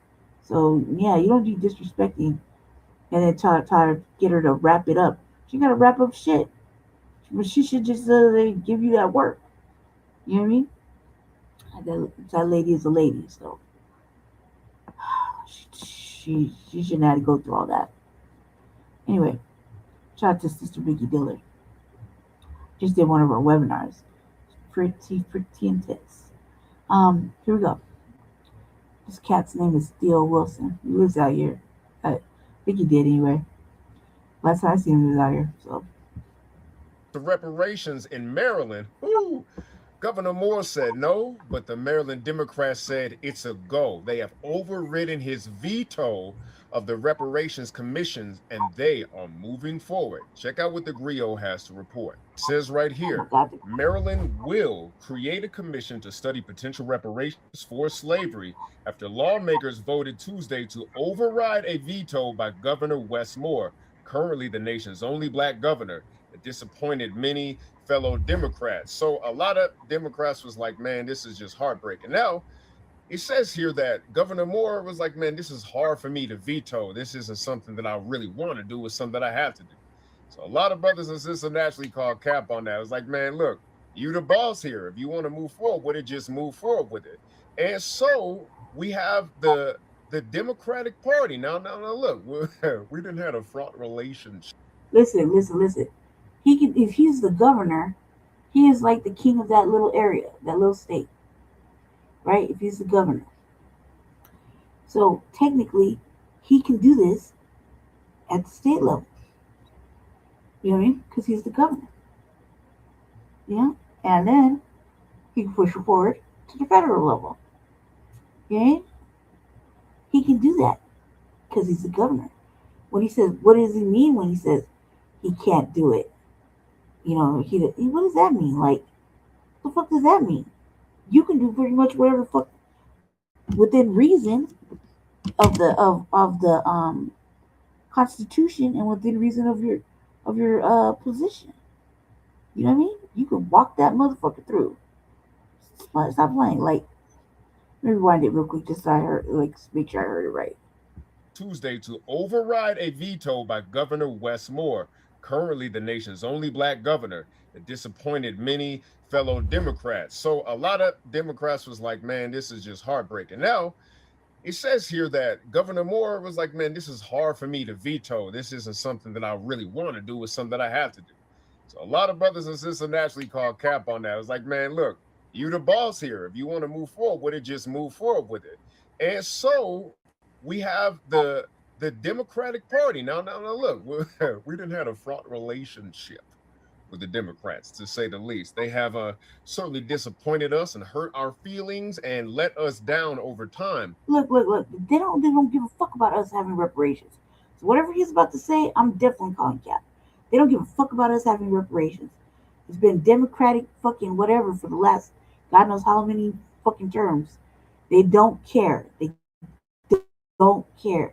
They're gonna keep us in fucking bad faith arguments, broad and ambiguous term and languages, anything, studies, more studies, data, what's data say, all that shit that now can be debunked and non-trustworthy.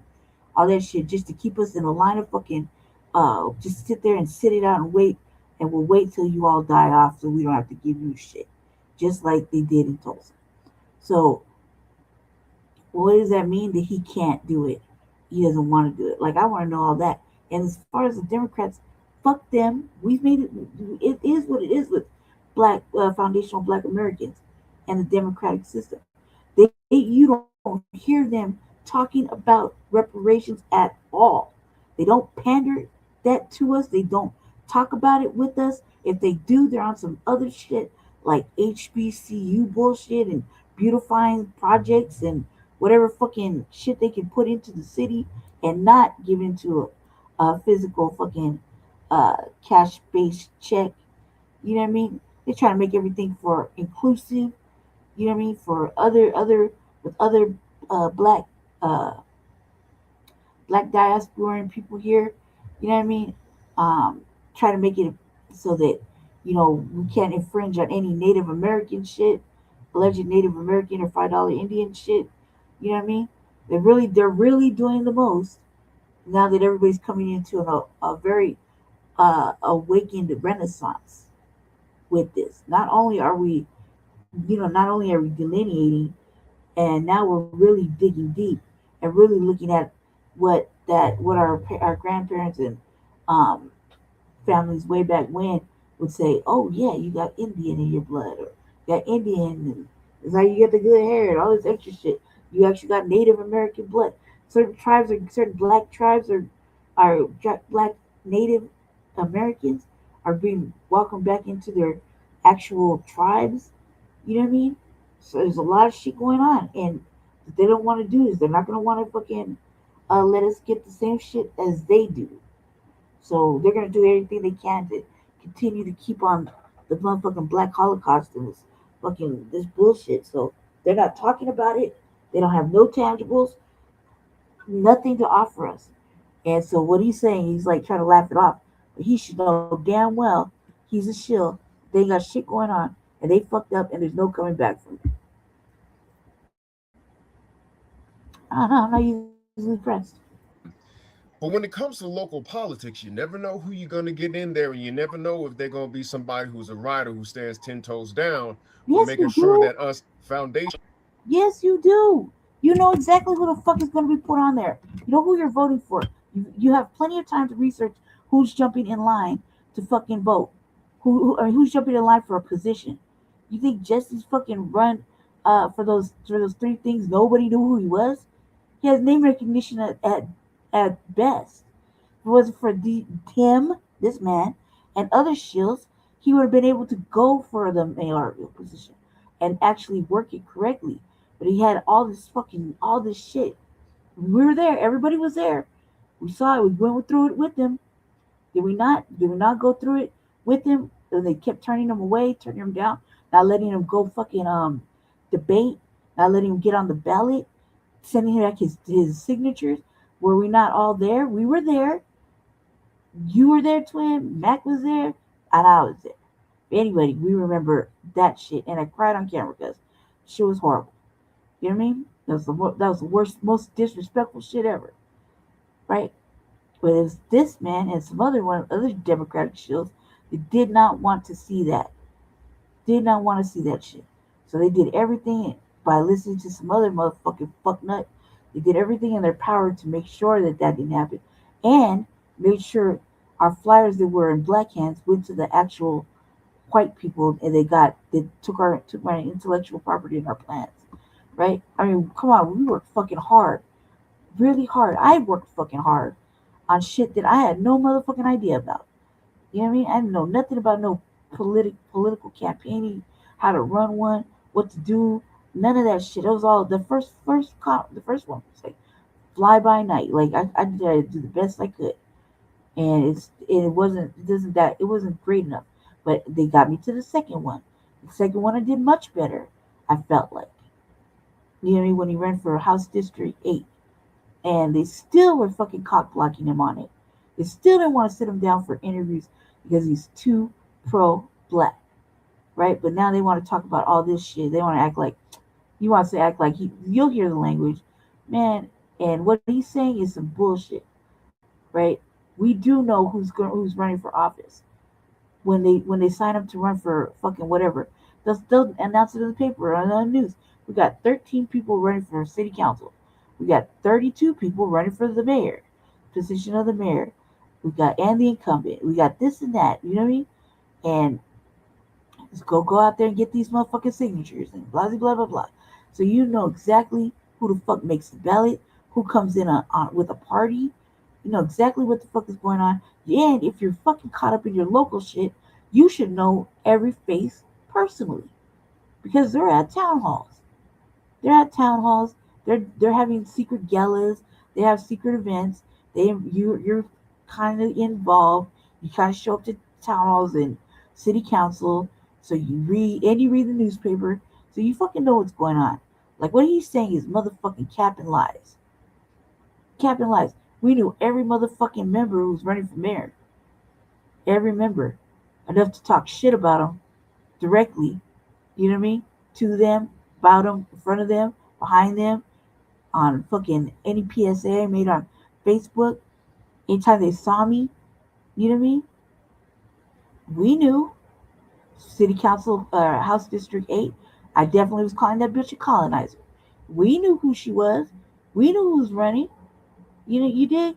Now that we're working on specific things, like a crime bill and shit like that, it's very direct. Now it's like, I showed it. I asked the motherfucker directly to his face, Senator, can you walk this through if I make it like this, and this with your terminology and your motherfucking language? Can you walk what we need through? Meaning, walk your ass to the governor's office.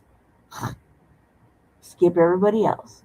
You know what I mean? You just need a couple of strong motherfucking signatures and some pull, a little pull, which is kind of already there. So what happened? What I do? I asked the right questions. Fuck what they talking about. I ain't got time. I could die anytime. Right? I got a job to do. The job is get this shit through there by any means necessary and for the right motherfucking reasons, which is FBA B1 business. Everybody else got their own fucking representatives, can hold their own pussy. You know, we ain't got no representatives. And the representatives, I talked to them on camera in front of everybody and asked them the same fucking question. Why? Because can't say I didn't do my due diligence. I got trust issues and I ain't got time to waste. Get this first draft out of my system so you can tell me whatever and then I can say, oh, okay, well, thank you. Give me that back here. Take this one. Fuck stick. Don't come back until you have something in agreement. You matter of fact, you take this one, that friend, and that friend. Here, read them. You got 8 hours to read this shit. It's only 9 pages. Jesus.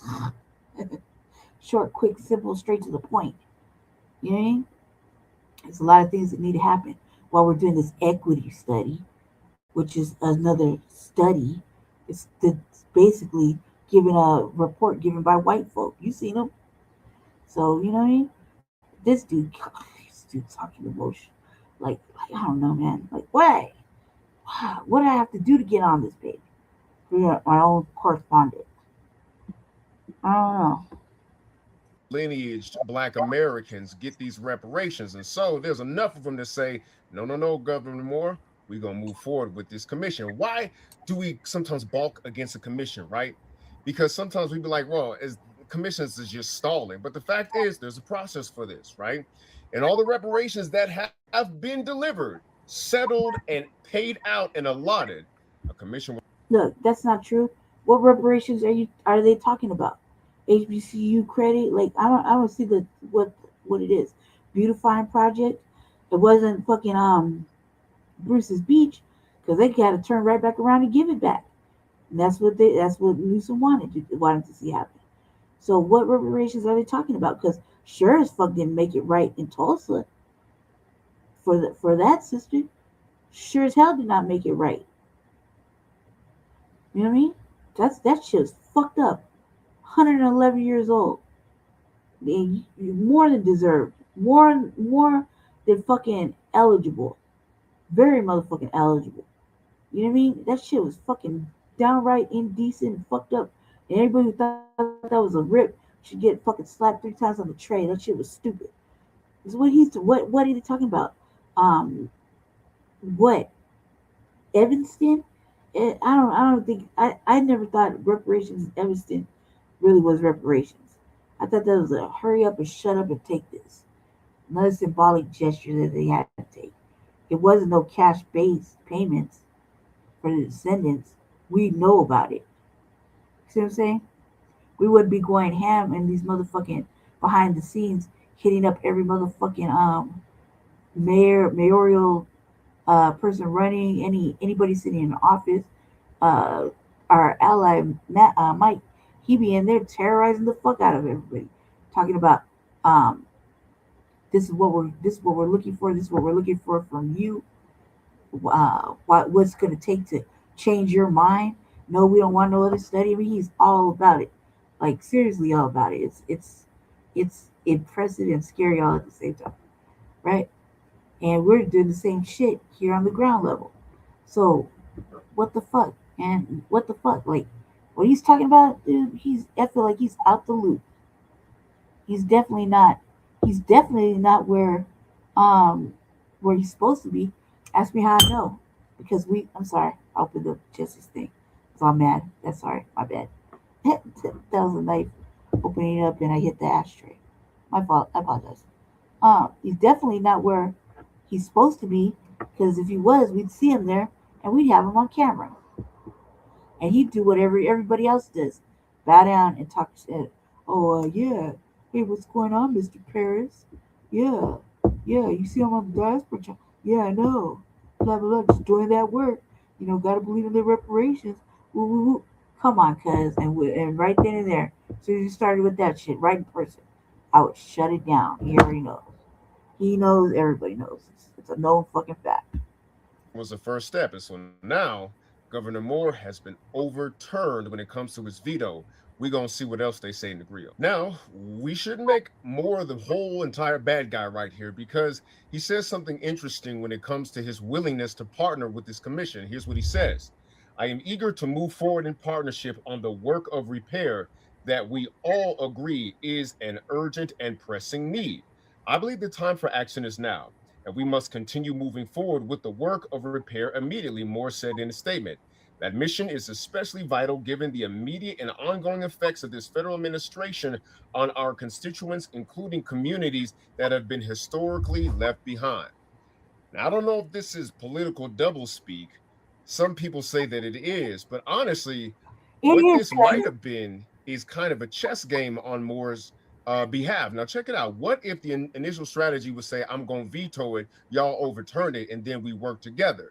That is a possibility. I've seen games like that played before. Not saying that's what happened here, but rest assured, his eagerness to partner with them doesn't seem to be just trying to save face. As we know, the community outcry for reparations is louder now than it has ever been, at least in my lifetime. So what would these reparations necessarily entail?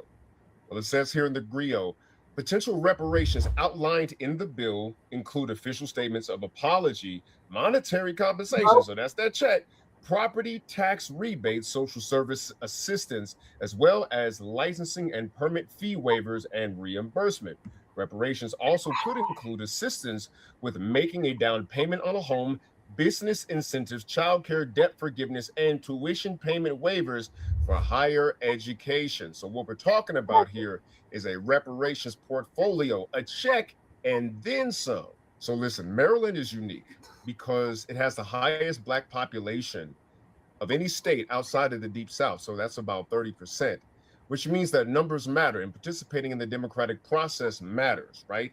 And so we understand that there seem to be a lot of backdoors and cheat codes when it comes to like who gets their way in the democratic process. But all of those backdoors and cheat codes are there to work around voter participation.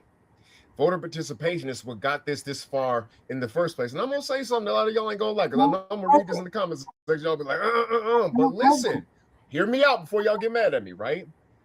Patternistically, when it comes to Black Americans advancing their reparations cause, our reparations cause, I have seen that they're more likely to advance under liberal and democratic administrations than Republican administrations. What makes me say that, right? The reparations cases that have been called that in America for Black Americans, there's two I'm thinking of on the top of my head, have been done under Democrats, then repealed under Republicans. We're going to talk about that later. But the first one is the USDA farmer payout in 1997. In 1997, under Bill Clinton's administration, they proved unequivocally that these black farmers were discriminated against. They were paid reparations. Again, in, I believe, Champaign, Illinois, there was another reparation specifically, explicitly for black Americans that was paid out under a more liberal administration in that city. And then it was repealed under Republicans. So this teaches us two things. When it comes to political climate, left-leaning climates are actually more favorable to reparations when it comes to black Americans. Right-leaning climates are more favorable to having those reparations repealed and the dialogue shut down. Look, we're not going to get too excited about this because as we've outlined, America giveth and America taketh away, right? And you could get the check cut, the economy could crash, you could have a target painted on your back from racial just because they broke, and now they know that you got reparations, so just because of the color of skin, they could attack you. There's a lot of things that could happen when it comes to America giving and taketh away. We've seen this patternistically before, but the fact is, that don't mean that we stop fighting for any kind of advancement. Y'all know me. I'm 10 toes down for reparations. My speaking about reparations will put me on the national map. But I will say this. The pressure is what changed Governor Moore's decision and overturned his veto. The pressure from the people. The reparations movement is in full effect because we understand, and Black Americans are louder than they've ever been in my lifetime about this, that if you look at the root of all the ills we suffer, whether it be incarceration, crime, police violence, whether it be drugs, you name it, addiction, the projects, all of that stems from us being designed into poverty. From the time that we stepped foot on these shores, from the time we were put in shackles on up to the present day. And if you look at the case law that levied reparations for any other people, if you look at the legal statutes that have been violated, the crimes against humanity they suffered, and how that matters in the geopolitical legal framework that was set out in the Nuremberg trials and all of that stuff after World War II, by definition, Black Americans are owed reparations. It's not a matter of if, it's just a matter of how much. So I'm for any advancement step forward when it comes to us getting that check cut and those repairs made for the suffering that we have endured as a people. So now we have clearly delineated the path from voting to the steps towards reparations. We've seen this now, right? Because a lot of people be like, man, I ain't gonna vote, I ain't gonna participate in the Democratic process. Democrat Party ain't nothing, right? You can say that at the national level, but I've seen local politics be more effective. The right to vote that our ancestors fought for is one tool. Malcolm said it's the ballot or the bullet. I say in different circumstances, depending on the intensity of the oppression, either can be effective. Both might be necessary, right? When it comes to what we are fighting for as a people and the generational wealth that we have been deprived of, I'm rooting for everybody Black, all right? And if Wes Moore get on cold because his veto was overturned, so be it, right? I've seen Wes Moore be on cold in other aspects. This is the one aspect that actually stopped Black folks in America from like lionizing him, because he been on cold, but everything else but this. And now the Democrat, look at this, the Democrats forced him back on cold with reparations. So we're going to see how this plays out. Stay tuned to this channel to hear more about it. As you know, you are tuned into the African Diaspora News Network, and we don't exist without you. So go ahead and download that app, because they download down our algorithm. You can probably see it in our view council. Download the app so we always have access to you. That's nothing but $9.99 a month. And if you like what I'm saying and how I say it, go ahead and join my channel here on YouTube. That is Theo Cyrus Rising. I'm Brother Theo E.J. Wilson, aka Brother Tej. I'll see you next time where I saw you this time. Peace, peace. Fuck that. I can't listen to that dude. He's like not being really forthcoming. And who vetoed him? Who vetoed the governor? And what does that mean? Who vetoed the governor? You did? I have to catch the replay because his TVA covered it when I was busy getting stuff ready, so I didn't hear the whole beginning part, but they covered some of that. But like, come on now, isn't he the governor? He's gonna let that stand? Yeah, right. He can't get to use all his resources. Come on now. And isn't he? I don't think he's an FBA brother. I don't know. Don't quote me on that. That might be a hot boy statement. I have to look that up real quick. But I don't think he's a motherfucking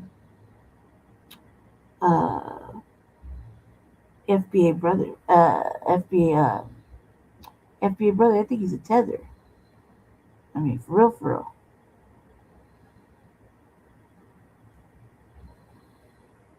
I would tell you the Kamala Harris thing, but I don't know if Jimmy Kimmel's channel is picked up by Emma Vigeland, Sam Cedar on the Majority Report. Like I say, I want to welcome Jesse Rabinowitz, Communications Director for the National Homeless Law Center, to the show. And Jesse, you were just telling us, but I don't think people heard it. They're in Utah is planning some type of camp for unhoused people. Tell us what you know about this. This is what we know that this camp and this idea should send chills up everyone's spine. We should not have to be saying out loud that forcing people into a camp is a bad idea, but that is where we are yet again in this country. Utah's governor, inspired by the Trump administration's attacks on homeless people, is proposing to create what will be the largest government-run detention camp for homeless people, with upwards of 1,300 beds, including 800 beds where people will be forcibly held against their will. This diverts funding from proven solutions to homelessness like housing and support to instead build a literal detention facility for people who just can't pay the rent. It's shameful and it must not happen. What is the authority to is this a jail? Like, what is the authority that Utah has to put people in a concentration camp? I love that question. So there is a growth of anti-homeless laws springing up around the country that largely stem from a billionaire-backed right-wing think tank called the Cicero Institute, which was founded by Palantir CEO Joe Lonsdale. And the Cicero Institute has been moderately effective in passing anti-homeless laws at the state level, including in Utah. So Utah has a law on the books, thanks to these billionaires, that says it is illegal to sleep outside. So now what Utah is going to do is say your choice is either to go to jail or your choice is to go to a detention camp in the middle of nowhere. Those aren't real choices, and they don't solve homelessness. They make homelessness worse. I remember that name because it's so, egregiously libertarian sounding, the Cicero Institute. Because last year, I remember there was a story about this guy in Texas and how effective he had been. I believe it was in Austin, right? This the tech billionaire Joe Lonsdale, who's his data stuff has been used by ICE, the CIA. He did a documentary with PragerU. So this is like deeply, deeply right-wing stuff. Okay, but back to the point of the thing, like, how long will people, like, okay, you get a jail term and someone says you have broken the law because you have no home. How long are people forced to stay in this concentration camp? We don't know. So there's just no structure to this whatsoever. Like but the law is on the books that you can go to jail. So are they putting people in jail right now in Utah? Well, what they're doing right now, the governor released his budget, I believe, last week and included $45 million to fund this detention camp.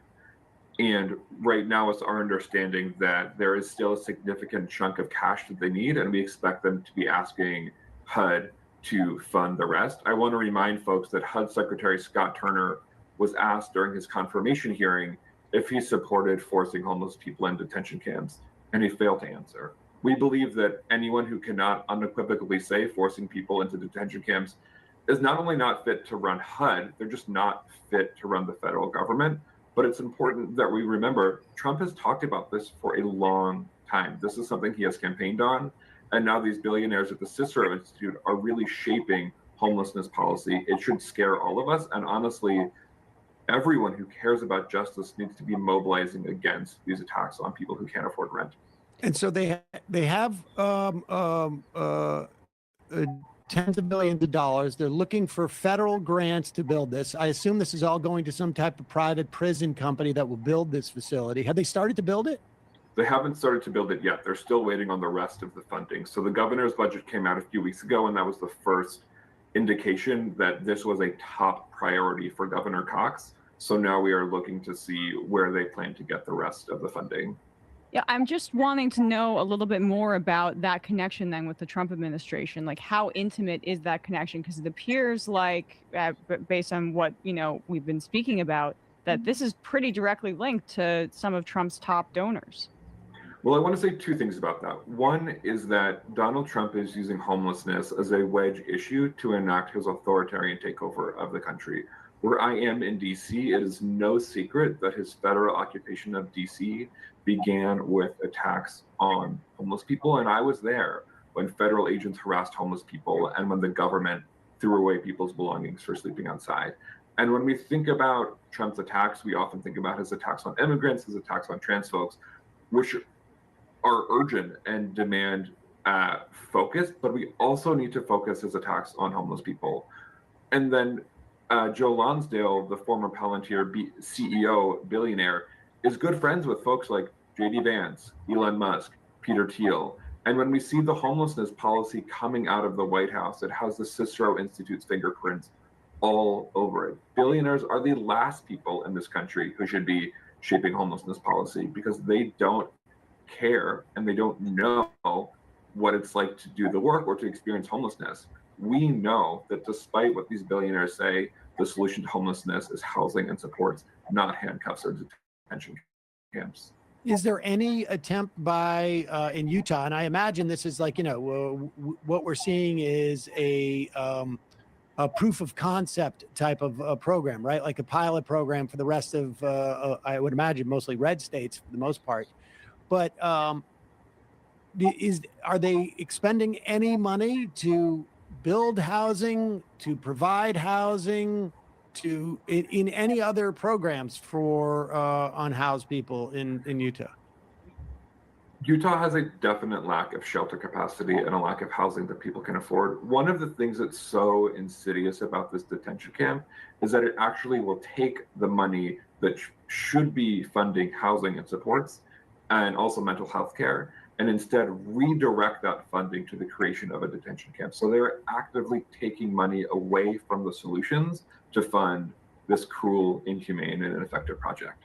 It's almost like a blend of debtors' prisons, which are supposed to be illegal in this country, and involuntary commitment to mental institutions from the 20th century. That's what it feels like, a combination of, and it's federalized, or at least it has federal backing.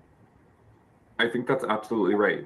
We know that in no time in this country or in history has rounding people up and forcing them into camps been a good thing. But that is exactly what Utah, with the backing of the Trump administration, is working towards. It's shameful and we have to stop it. Thankfully, there are amazing advocates in Utah working at the city and state level to stop this, and we're honored to support them in their advocacy and working to make sure that this deranged plan in Utah doesn't go anywhere else. We got Utah, I guess, on the IM saying that there's at the package stores, the liquor stores, the government, the state-owned ones, there's an option to round up purchases to help with homelessness services. Is that where this money is going towards? Are they building a fund right now to build this camp, or do you not know? I don't know. I'm not certain, but I know that small little changes like that are not actually going to fund those solutions to homelessness. In order to solve homelessness, we have to fix our housing system, which right now only works for people like Joe Lonsdale, Elon Musk, and Donald Trump. And we have to build a housing system where everyone, regardless of what they do, what they look like, or where they're from, has a safe place to live. That is not what Utah is doing. Utah is showing us the exact wrong thing to do. But I know that in cities and states across the country, more and more people are recognizing that the rent is too damn high, and that when the rent goes up, so does homelessness. And we are going to force our elected officials to focus on real proven solutions to homelessness, like housing and support. Where is there a state in the country that is actually doing stuff that you, I mean, I imagine a lot of your time is spent like talking about stuff that is like scary, like this, frankly. Are there states that are doing it correctly? There are cities and states across the country that are doing the best they can with limited resources. And we know that when folks get housing and support, they don't experience homelessness anymore and they thrive. I used to be a homeless street outreach worker in DC, and watching my clients connect to housing was transformative for their lives and for the community. But the truth is, more people are entering into homelessness than we can support, because the federal government has abdicated their responsibility, not just under the Trump administration, under many previous federal administrations. We have to stem the flow of people into homelessness, and that requires fundamentally reshaping our housing system and moving it away from a profit-driven housing system and one towards a realization that everybody needs a place to stay and a place to live. But housing first, this idea that we can match people with housing and support, works. It has over a 90% approval rating. I'm sorry, not a 90% efficacy rating. The only people who are trying to poke holes in that are people like the billionaires at the Cicero Institute who have an agenda to gain.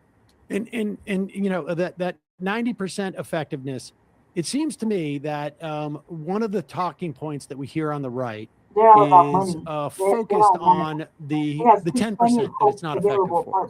There are people who have serious mental or emotional challenges who are on the street. There are people who are on the street who don't want who don't want to be in a house. But again, I would imagine that the percentage of those people who have some mental or emotional challenges is pretty high. What that seems to always be put in the sort of the front of the line in terms of like saying, well, this is why we've got to send everybody to some type of like a concentration camp or a mental facility. When in fact, about 90% of those people would, if you gave them the opportunity to live in a place, and they could, they would, maybe even higher. What do you do about those remaining things, or those folks, as a way of addressing what seems to be the big talking point on the right? Need that help. Well, first, you don't throw the baby out with the bathwater. If you were on a lifeboat and there were 10 people in your lifeboat and there were 5 life rafts, 5 people drowned, 5 people survived, you wouldn't say the life vests don't work. You would say we need more of them. But right now, the right is trying to say, throw away all of the life vests. That won't work. Number 2, stop making homelessness worse. Stop cutting budgets that force people into homelessness or force people who were homeless and now stably housed back into homelessness. Stop passing laws like these aggressive anti-homeless laws that we've seen spread across the country since the Grants Pass ruling about 17 months ago. But everyone needs a place to live, and a place to live is the foundation for getting your health back on track, finding employment, reconnecting with your loved ones. And we know that getting someone in housing first and then surrounding them with the wraparound resources that they want and need works time and time again. It does work. We also know that we also know that most people who have a mental health issue or a drug use issue will never be homeless. And most people who use drugs or have mental health issues will stay in housing for their entire lives. So we have it backwards. We're looking to blame people for individual failings, but the fact is our politicians are asleep at the wheel. Half of people in this country struggle to pay rent. Housing is too expensive, healthcare is too expensive, food is too expensive. The solution is to help people, not to force them into a literal government-run detention camp. But again, that is exactly what Utah wants to do. I have to say that as a social worker, this idea of forced institutionalization is deeply, deeply unsettling. It is unethical. But we also know it doesn't work. Emma was talking about these debtors' prisons and these institutions. We used to do forced institutionalization in this country, and we don't anymore. We stopped doing it because it was ineffective and it didn't work. But again, the Trump administration wants to bring us backwards to a time where you could throw people in jail for being poor, sick, and disabled. We must not let them. Jesse Rabinowitz, Communications Director for the National Homelessness Law Center. We'll put a link to that organization if folks want to help your work. Really appreciate you coming on today. Thank you. Hey, folks, don't forget to hit the subscribe button and check out our daily show. We do it every day at 12 p.m. Eastern for about 2.5 hours. We even take phone calls. You should check that out. Yeah, like they just can't stop it like cold turkey. You'll see. It's not that they can't. They won't.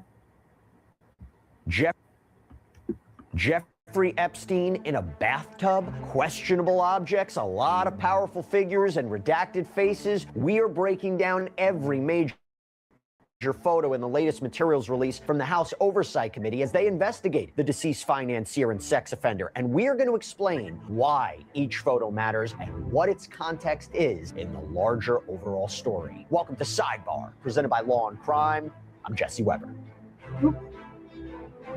Now, we've been on top of the story from the very beginning. Anytime there's an update, we try to get it to you. Let's go do these little short ones first. What's up, everybody? Get ready for 3 minutes of Black Empowerment. First off, I want to give a shout out to Brandy Majors and Pierre Gibson for donating to the FBA food drive that I'm holding. Anybody who donates will get their names mentioned on next week's broadcast. Jasmine Crockett is running for the Senate. Good luck trying to unseat a white supremacist Republican in Texas. The incumbent said that she was basically the... I'll tell you this, when I did it, nobody knew I did it. And I put where it was from. He intentionally puts my government out there. So it's kind of funny. But yeah, I did it twice already. Because we don't really know what's gonna happen. Nobody really knows. You shouldn't get too comfortable with Snap being back on. You don't really know what could happen. You don't know if you're gonna need help or not. And you know, like food banks need help, you know, and we don't have any, like, I mean, if we do have any FBA ones out here in our city, it's, I haven't found one yet. They're pretty much for everybody.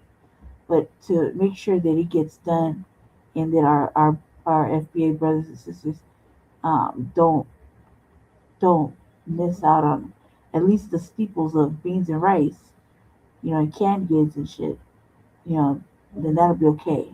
There's people who still gotta eat. You know what I mean? You can't all just go rob fucking Walmart and let you want to. You know what I mean? They'll chase us and act stupid like it's a fucking real job.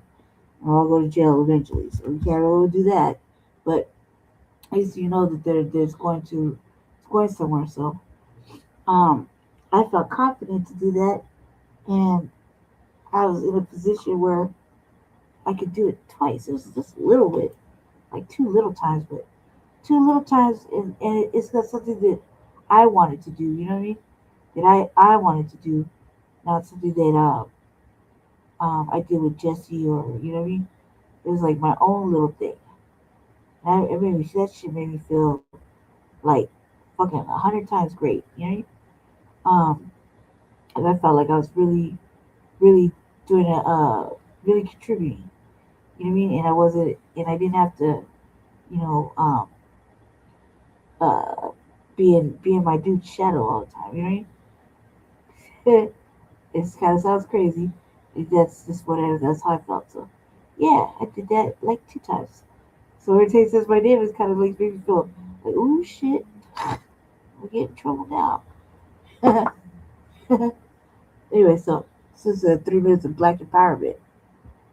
AOC of Texas. And while that works in New York, it doesn't work there. Anybody who donates will get their names mentioned on next week's broadcast. Jasmine Crockett is running for the Senate. Good luck trying to unseat a white supremacist Republican in Texas. The incumbent said that she was basically the AOC of Texas. And while that works in New York, it doesn't work there. There's a lot of truth in that. I can see that she's already starting with that I'm going to stand up to Trump crap. Stand up to Trump how? By not enforcing immigration laws? We know that she's already sworn on a stack of Bibles never to do nothing for us. I just don't see how she's going to get anywhere avoiding any and everything that has to do with foundational Black Americans. I guess it isn't impossible. There's a lot of people out there that are truly petrified by Trump. FBAs, Hispanics, whites, and so on. It is possible, I guess, for her to get the number she might need. However, I will do everything in my power to make sure she falls flat on her face. I don't like to wish bad on other Black people, but I think Black women especially still need to learn a lesson about doing white supremacy's dirty work. Letitia James got lucky. Those federal mortgage charges got dropped. A grand jury actually declined to re-indict her. The Democrats probably weighed in on that decision somehow. The last thing they need out in the public right now is more proof that they don't give a damn about black women. If they let Trump just put her in jail, the jig would be up. Trump says black people love him. They know a scam better than anybody. He is right about one thing. We do see a scam better than anybody else. I'm sure Trump gets all kinds of brothers and sisters cheesing in his face when they meet him.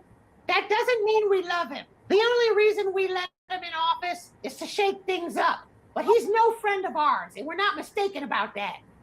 He must be smarter than we think, though, because he's being really careful not to piss us off. By the way, he's actually referring to us specifically, which is only helping us further distinguish our lineage. Trump's $12 billion farmer bailout is a Band-Aid on a bigger wound that the agriculture industry is still reeling from. He's just throwing money at them to make them shut up. Over the next few years, he's going to mess things up for American farmers even worse. The only thing he's going to leave in his path is debt and confusion.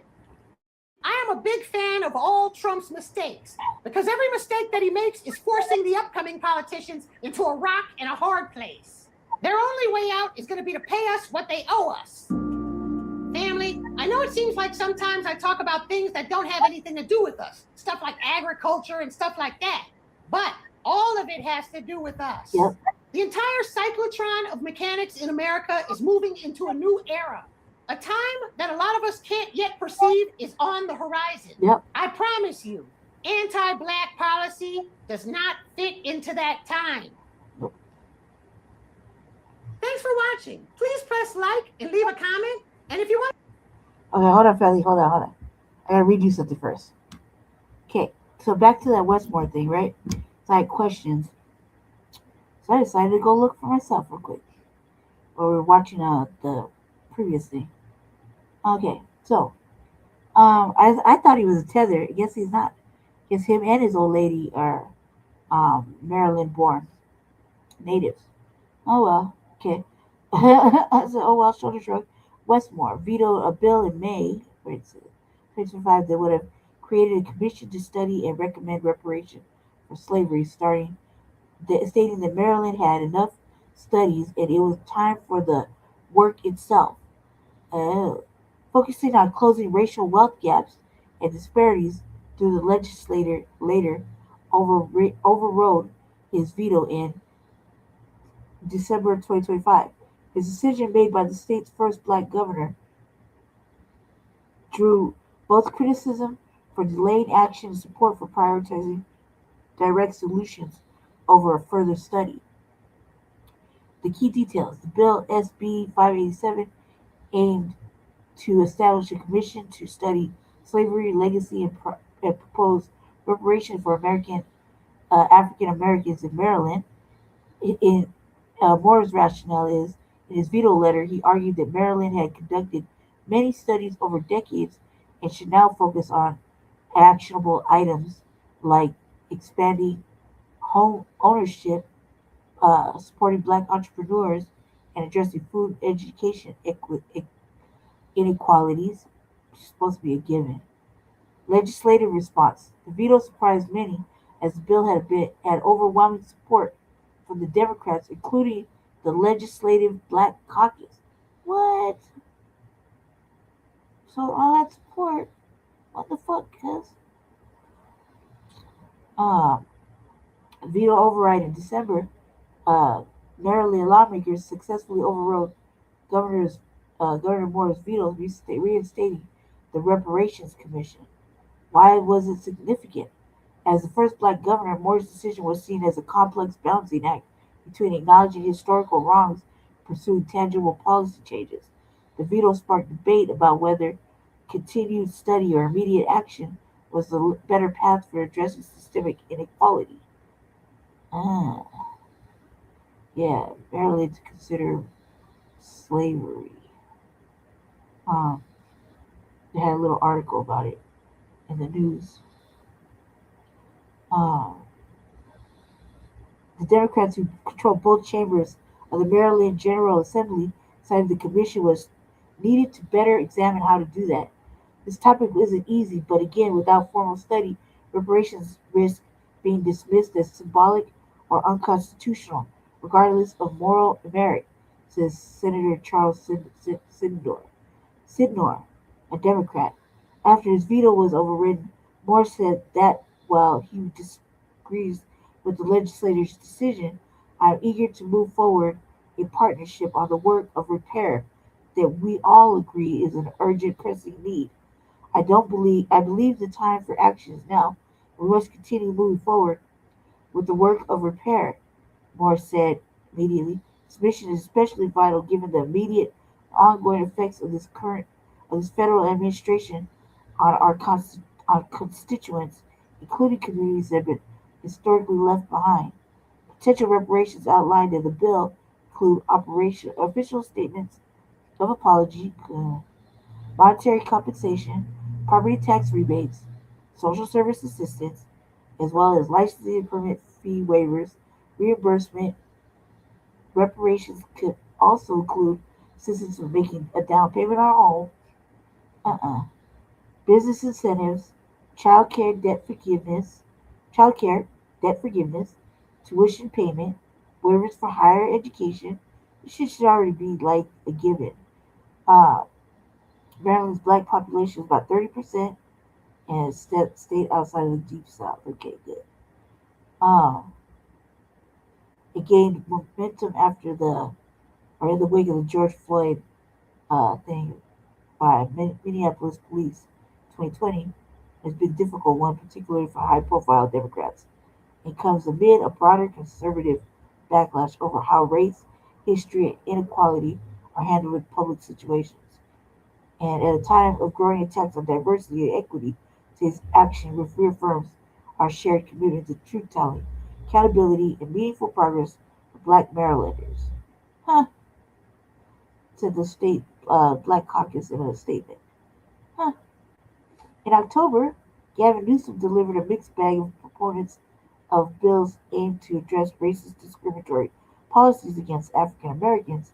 He signed a law authorizing $6 million for Colorado State University to study how to confirm individual status as a descendant of enslaved persons, but he vetoed other bills that California legislative Black Caucus championed as tools to atone for the state's history. Huh. So there you have it, family. That's what happened. I don't know what to think. But he's right. The fucking studies need to come to an end. I was like, you have all this overwhelming support. What the fuck? Like, it's confusing in both ends. What's up, everybody? Get ready for Giving Yourselves Black Empowerment. I usually do a long-form video and release it on Thursday nights, but due to the holiday and filming my new commercial, things kind of got pushed back a little. But my commercial ad is done, and you will be seeing it before the end of this program. Before I start this show, I want to give a shout-out to Lefty, Mr. Mechanic, Miss Miller, and Tariq Williams for donating to my FBA food drive. I love when brothers and sisters put their money where their mouth is. So far, we've raised $150 out of our $300 goal. Whoever makes a donation will be mentioned on next week's broadcast. Down to the nitty-gritty. Every day, these Teller immigrants are learning more and more that the power dynamic in America isn't what they thought it was. They pushed white supremacy's lies. Now it's like getting a bucket of cold water poured on you while you're asleep. The same thing that's happening to Hispanics is happening to all of them. Last year, they thought they were powerful. This year, they're finding out they're powerless. Because every minority group in America has been dependent on our political pull. They've been hiding behind that phony minority coalition banner. Some of those goofballs actually believe that crap is true. But most of them know that there's no minority coalition and that they didn't build this country. They can see that the Democratic Party is crumbling. They can also see that we're delineating at the same time while white supremacy is targeting them openly. The smarter ones in these minority groups know that the truth is that they are all alone. Without us, they're at white supremacy's total mercy. That's why the African woman in this video is apologizing for those 3 African hairdressers that caught those kidnapping charges for messing with that FBA system. On behalf of every African community, and I'm speaking for everybody, find in your hearts to forgive us. The white people they thought would have their backs are now hunting them like game. Do not believe their tough talk. They feel naked and vulnerable. There's even that Asian content creator who made that video talking about how Asians don't get anything for kissing so much white ass. She also said something else very interesting. She said that white supremacy was systematically working to shut down all the Chinatowns nationwide. Whoa. No group is more docile than Asians. They suffer at the hands of white supremacy in silence. How embarrassing. Politicians like Ilhan Omar know that they're being used by the Democratic Party, and now they're sitting ducks under the Trump administration. Politicians like her know that the purpose that they serve for the Democratic Party is fading, and that the Democratic Party is not going to lift a finger for them or the constituents they betrayed for the Democratic Party. These dirty, barefoot little Pakistanis are getting their wake-up call, no doubt. Look at Hispanics. They've been busting their asses since Trump got in office, and the deportations have only increased. By now, they know that white liberals really don't care about them, and they know conservatives can't stand them.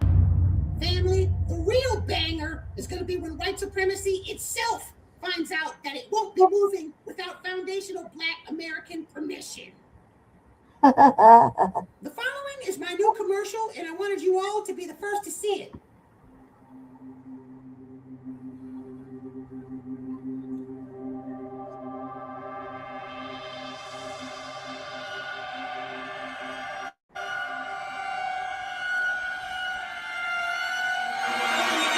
Who are you expecting? Abraham Lincoln? 3 minutes of Black empowerment. Subscribe.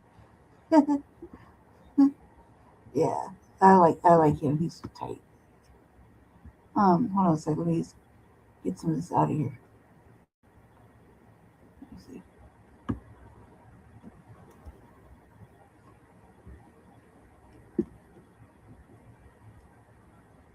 Almost.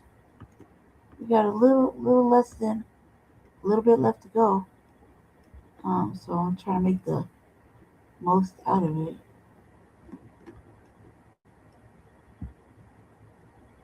For as much as President Trump talks a big game about being tough on crime, I appointed patriotic, tough on crime warriors. But as you know, we're a tough on crime administration. We are going to be very tough on crime. there's one type of criminal that he keeps pardoning. President Trump has issued pardons to the 3 co-founders of the Bitcoin mercantile exchange. President Trump today signing a pardon for Ross Ulbricht, the creator of a dark web marketplace named Silk Road. He was charged with narcotics trafficking, distribution of narcotics by means of the internet, conspiracy, enterprise, and money hacking, laundering, conspiracy. Criminals in the crypto industry. His favorite crypto criminal is Changpeng Zhao, or CZ, a man he pretends not to know, but who you're going to hear a lot about in this video. Why did you pardon him? Okay, are you ready? I don't know who he is. CZ is the CEO and founder of Binance, the world's largest cryptocurrency exchange, and one of Trump's most recent pardons. He was charged by the US government, much like the BitMEX founders, for ignoring anti-money laundering laws. He pled guilty, spent 4 months in federal prison, was fined millions of dollars, and actually was forced to step down as the CEO of Binance. What makes all of these crypto pardons especially peculiar is that not too long ago, Trump denounced this wildly speculative, fraud-ridden industry. Bitcoin, it just seems like a scam. I don't like it because it's another currency competing against the dollar. So what changed between 2021, a time when Trump would liken crypto businessmen to scam artists, and now? A lot of people say that he wasn't guilty of anything. He served 4 months in jail. And then what he did, well, you don't know much about crypto. What did President Trump stand to gain from opening his arms to this industry? When journalist Jacob Silverman brought us this story, it became clear that of all of Trump's pardons, this was by far the most corrupt one. It reveals a covert arrangement of bribery, shadowy companies, foreign influence, and it might just be Trump's ticket to becoming one of the richest people in not just a country, but the world in only a matter of years. Did you pay off his debts yet? When you pay off your debts and then you start looking at profit. The story starts in 2024, when the crypto industry dumped at least $131 million into the presidential election, much of which was spent getting Trump back into the White House. Crypto also spent big on defeating anti-crypto Democrats like Ohio Senator Sherrod Brown, who lost his race after the industry spent $40 million supporting his opponent, Bernie Moreno. Jacob tells me it didn't take long for Trump to see that he could benefit both politically and personally from the industry. Can you tell me the story of the early days of World Liberty Financial, what it is and who's involved? In October 2024, the Trump family announced that they had founded a new crypto company called World Liberty Financial. And they did it with Steve Witkoff, a billionaire developer who's a close friend of Donald Trump and is now his chief diplomatic envoy, and Steve Witkoff's sons, and two other kind of crypto lifers who hadn't really had much success in their previous projects. It quickly became the main crypto company among several, but the main vehicle for the Trump family to take in billions of dollars worth of real money and crypto. They promised to build the financial system of tomorrow and marketed themselves as a decentralized financial company that, like so many other crypto companies, was somehow going to bring financial empowerment to the masses. And when Trump won the election in November, the money really started to pour in. World Liberty Financial announced $1 billion in WLF token sales the first week Trump was in office. How does CZ get involved in this story? I know he helps out World Liberty Financial pretty early on in a big way. So CZ's crypto exchange Binance, which is the biggest exchange in the world, created the USD1 stablecoin for World Liberty Financial. They actually wrote the code that ended up making the token. A stablecoin is generally a crypto token whose value is supposed to remain constant, usually pegged to the US dollar. So one of these USD1 tokens is supposed to stay at a constant $1. The USD1 token is pretty much the same as any other stablecoin, but the main key critical difference here is that this one is attached to the president and the first family. The question we should be asking with USD1 is, why are people using this? Why do people want to use a token issued by the president rather than real money? Let me explain with these different boxes. Imagine this is the US's traditional financial system. And let's say I want to send this money to a business to buy something, and maybe said business is located in another country. In order to do so, I have to put my money in this box, and away it goes. At each stop, the money is inspected. Its origin and destination is checked. Officials will verify that the money complies with the law. Anti-money laundering, sanctions compliance, conflicts of interest, know your customer, tax law. There are a lot of stops on the way. It's slow, but these protections are important. By the time the money arrives at its destination, we know a lot about it. The relatively slow speed is a feature. It's not a bug. Now imagine this is the system created by World Liberty Financial. Someone decides to send money, real dollars, to buy some of these crypto tokens. The money goes in. Because there's essentially no regulation, nobody really knows where it came from, who sent it, or where it's going. The box skips all of these stops and avoids all of these regulations. Money laundering, sanctions, not a concern here. At the end of this nonstop journey, which can be much faster than what we see in traditional finance, I have WLF tokens or USD1 tokens that I can use like digital dollars. I can send them anywhere, even a crypto wallet owned by the first family.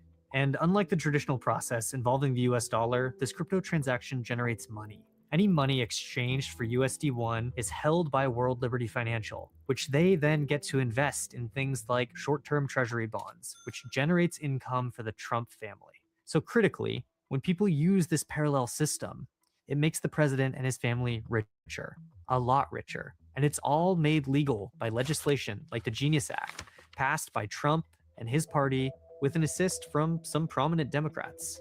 Welcome to the corruption economy. You can now buy influence with the president at speeds you wouldn't believe without any kind of permission. Just buy this token.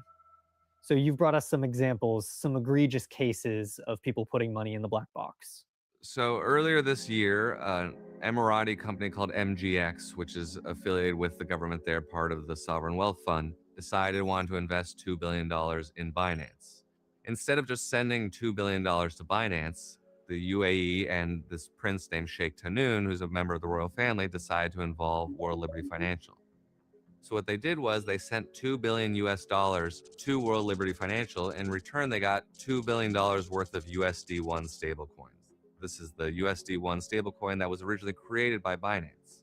Then they take that $2 billion worth of USD1 coins, they send that to Binance, and now MGX, or the Emirati government, owns a $2 billion share in Binance.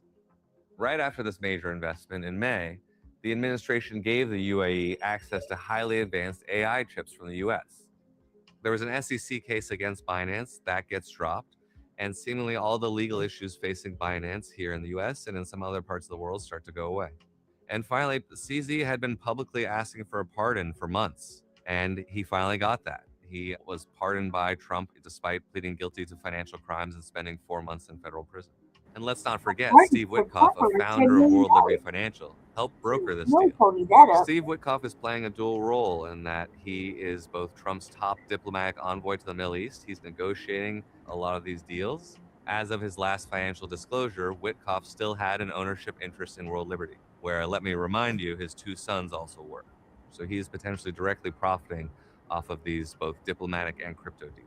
Steve Witkoff is using the government to make these deals, and then he's profiting from the deals directly. That sounds like a quid pro quo. If it's not a quid pro quo, I don't know what one is. Then we've got Justin Sun. Justin Sun is a very colorful, almost notorious crypto entrepreneur. Hi, I'm Justin Sun.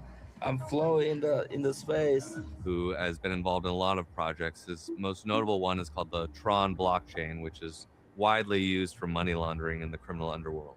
Sun has been in a lot of trouble with the SEC for a long time, charged with fraud and market manipulation. He recently stuffed $75 million into the black box, specifically buying the WLF token. And this really helped give an early start to World Liberty Financial when a lot of people were skeptical of the company and not buying its token. He starts becoming friendly with Trump's sons. He's named an advisor to the business. He's not just investing in the business or buying their tokens. He's actually basically on the masthead. He's part of the company and now working with them closely. So what does Justin Sun get out of this relationship? He gets potential financial benefits and the ear of the president and his sons. But more importantly, there was a multi-billion-dollar fraud case brought by the SEC against Justin Sun. And after this relationship forms between Sun and World Liberty Financial, that case gets thrown out. There's sort of a rogues gallery of strange and potentially criminal people surrounding World Liberty Financial, some of whom have given them tens or even hundreds of millions of dollars, and we don't know a lot about them. One of them is a company called Aqua One Foundation, which appeared at the beginning of the summer announcing a $100 million deal with World Liberty Financial. And we know that they sent $100 million worth of stablecoins to World Liberty Financial, but beyond that, they don't really seem to exist. I've looked into them, and there was also a Reuters investigation. And the best that we can find is that they're run by 2 guys from China who used to be involved with a company called Web3 Port. This was another crypto company that was accused of market manipulation and various scams. They claim to be based in the United Arab Emirates. There are no corporate records that a company called Aqua One Foundation even exists in the UAE. But apparently these 2 Chinese businessmen, one who seems to work for a Chinese state energy company and one who's being investigated for financial crimes in England, were able to send $100 million to the president. And we don't know what they want, what they expect in return, or even where that money might have come from, but they definitely sent it. The key innovation here isn't any kind of improvement on the financial system. World Liberty Financial looks pretty much like any other crypto company out there. The innovation is now anyone, anywhere in the world, at any time, has a way to buy influence with the President of the United States. Permissionless, mostly untrackable, with plausible deniability. It's not an exaggeration to say that this system could make Donald Trump the richest man in the world in a few short years. Meanwhile, the tough-on-crime president is associating with some of the biggest criminals in the world. ICIJ investigations have found Binance repeatedly helped transfer money for accounts associated with Chinese crime gangs and the Mexican Sinaloa cartel. And that's exactly why money normally moves slowly through the global economy. We need to know where this money is coming from, how it was made, and who we're doing business with. Anything less is just increasing the speed of corruption. Like everything to be on the liquid side. Thanks so much for watching. You never know we're gonna need cash, liquid cash. You dig? I got enough for like 2 little small ones before I have to go. So I'm trying to get 2 of them out the way.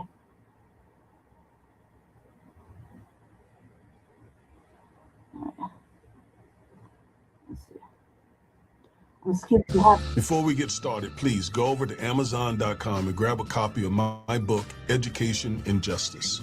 If you have an African and eliminating all forms of race and sex discrimination, including against white male applicants and employees. Check out eoc.gov to learn more and read our one-page explainer about DEI-related discrimination. All right, now, you heard 42 USC Code Section 2000E-5 and other related statutes. And I'm going to walk you through some of that statute so you can understand precisely what they're doing. Because not only do we need to react to this, but we also need to get out ahead of this. All right, so let's go to another screen, and we're going to listen to the video again, and then I'm going to walk you through precisely what is happening. All right, here she is. I'm Andrea Lucas, chair of the U.S. Equal Employment Opportunity Commission. Are you a white male who's experienced discrimination at work based on your race or sex? You may have a claim to recover money under federal civil rights laws. Contact the EOC as soon as possible. Time limits are typically strict for filing a claim. The EOC is the federal agency charged with enforcing federal anti-discrimination law against businesses and other private sector employers. The EOC is committed to identifying, attacking, and eliminating all forms of race and sex discrimination, including against white male applicants and employees. Check out eoc.gov to learn more and read our one-page explainer about DEI-related discrimination. This gotta be fake. All right, now, you heard what she said, but do you understand what they're trying to accomplish? No. Now, I released a video or replayed a video yesterday, live. It was a live replay, where I said that they were trying to give white men reparations. Fuck. What I want to go into today is the other purpose for what this woman just said and for why they're doing what they're doing. And none of this is new. I'll tell you this, my brother works a full-time job for a well-known fucking company, a corporate company, right? And his boss is a motherfucking white dude who's like a fucking emotional work terrorist, okay? That motherfucker's like the haunting of everything. He's constantly trying to get my brother. Constantly trying to fire my brother. And my brother does excellent communicative customer service. You know, he's a get it done type of guy. You know, he don't waste too much time. He knows how to do his job. He's been there for like 13 years. And for the last 5, or the last, let me say, I'll take it back. The last 3, dude's been riding his ass like he's been waiting for him to fuck up. He's constantly got a warning or something. And that motherfucker is constantly on his ass talking about, I can hear your sister coughing in the back. You stupid shit, dude. Just real stupid fuck shit, okay? To the point where I can't even, I can't do no real loud talking or laughing or giggling, you know, during a certain amount of time, you know, or we can't be doing podcasting over here during monitor days because he picks up that motherfucking dude is just on picking up every single call, every single breath. Fucking, if a motherfucker kind of took lightly closed your eyes for a second because you got bored and it got quiet and you hear me, motherfucker just, they kind of slipped a little nod off for a second, dude's riding that ass. Motherfucker knock on the door, the dog barks, dude's on that ass. They hear the kittens crying in the bathroom, dude's on that ass. You hear me talking shit loud or whatever on the phone or whatever to whatever I'm doing, dude's on that ass. Me and Jesse having little marital disagreements for about 10 minutes, dude's on that ass. You dig? 2 minutes, 1 moment late from coming back from the bathroom, dude's on that ass. You dig? Like, you better be logged in. You exactly have 15 minutes. And it's a work at home type job. So you better not be in that bathroom longer than fucking 5. You know what I mean? Dude's on that ass. And then has the audacity to fucking talk shit and really try to get him fired. So, and this happens. So, this would be the type of shit that white motherfucker would say. He's being persecuted or whatever if my brother decides to put up any kind of fucking argument to whatever fucking stupidity dude's bringing. You know what I mean? Like, we could be talking in a whole different language, and dude was like, I recognize Spanish. I had some people over a long time ago. And they were right off the street, and some people I know and everything. It did me a little solid. They could hear Latino conversation a mile away, and sometimes the conversation be totally with curse words and different meanings and all this shit. And dude was reciting everything back. Dude was saying, he don't care if I die in an apartment during work hours. My brother better be at his desk doing his shit. That's basically what he said. So God forbid I like literally, I better not get sick at home. You know what I mean? And actually something terrible happens. Better be near Jesse's house or near the hospital. Because he does not give a fuck. He's been trying to get him to where he can monitor his living status. So he can make sure he's there and available 5 minutes before clock in. Like, I'm serious. And this is the type of white man that would be doing this type of bullshit. I'm just saying. Oppressed. Anybody, like, I feel like it's that workplace terrorism. Anybody's oppressed and terrorized or terrorized. Like literally fucked with every day. It would be the worker. Because they laid it out in Project 2025. I read Project 2025 and made multiple videos on Project 2025 last year, warning my community, do not vote for Trump, do not re-elect Trump, because they have laid out precisely what they're going to do, and it is not to our advantage. So what they're doing with the EEOC, with the Civil Rights Act of 64, Title VII, they laid it out. It was there in Project 2025. But so many in our community hadn't heard about Project 2025 and or rejected it when people like myself made multiple videos and tried to talk about it. I put out at least about 15 Project 2025 videos last year that reached millions of people. Yeah, whatever. But apparently not enough to convince folks. All right, so let's read some of J.D. Vance's tweets. You said it out. I said it out. All right, Vice President J.D. Vance. Told you I was going to do. A lot of people think DEI is lame diversity seminars or racial slogans at NFL games. In reality, it was Hamid Dillian to aggressively prosecute all forms of racial discrimination. I did a video on Ms. Dillian warning the African-American community about what, unless it was targeted, that they're not engaged in DEI. Find a number of DEI employees, a number of DEI employees, a lot of blacks, as I said in my video yesterday, almost 1 million black folks have lost jobs during this second term of Trump, and it's been less than a year.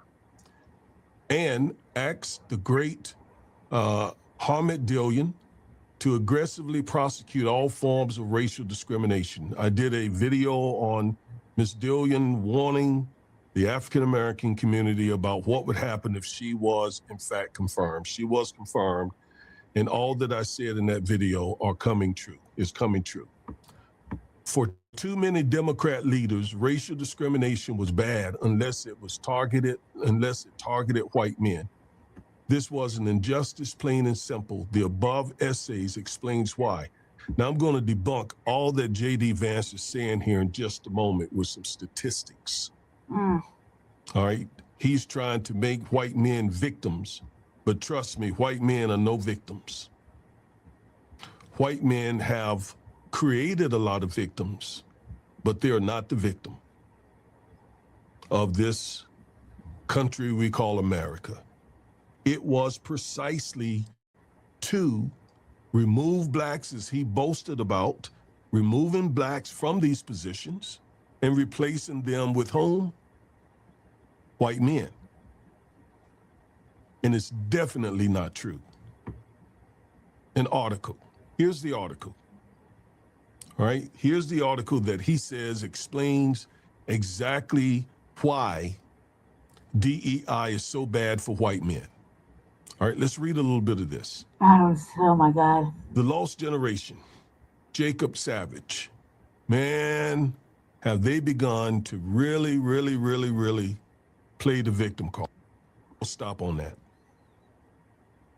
All right, let's read some of this article. In industry after industry, gatekeepers promised extra consideration to anyone who wasn't a white man, and then provided just that. With every announcement of promotions, there was a desire to put extra emphasis on gender or race, a former management consultant recalled. And when you don't fall into those groups, that message gets louder and louder and gains more and more emphasis. Well, why? Why do DEI programs focus on gender and race? Because the people in power are white men. That's why. White men. White men run the country still. On the one hand, you want to celebrate people who have been at a disadvantage. On the other hand, you look and you say, wow, the world is not rooting for you. In fact, it's deliberately rooting against you. I mean, that sounds just whiny. And it's definitely not true. Not only is the world rooting for white men have rigged the systems of America, Europe, Africa, and across the world to privilege white men.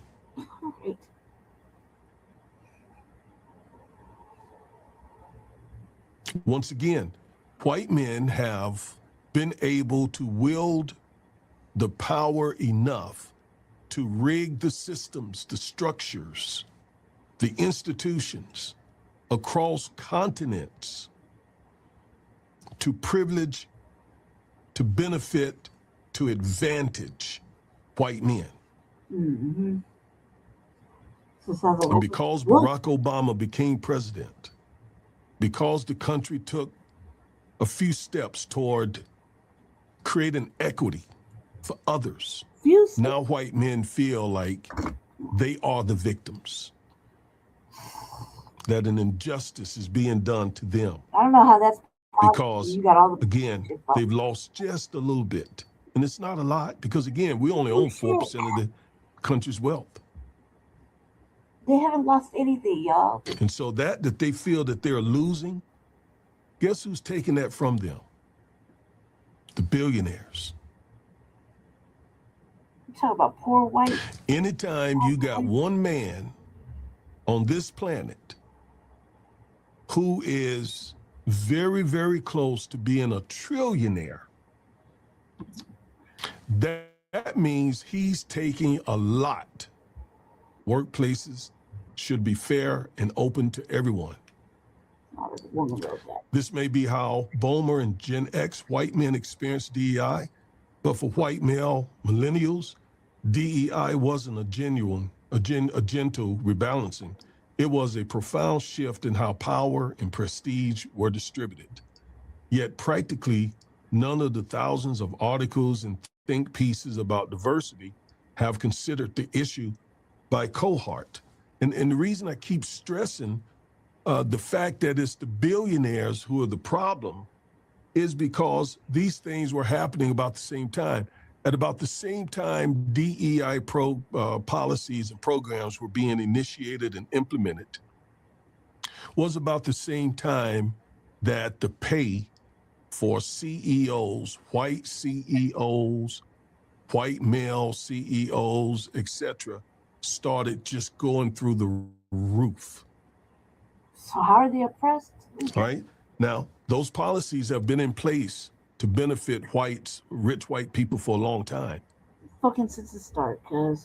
As of 2024, households with a white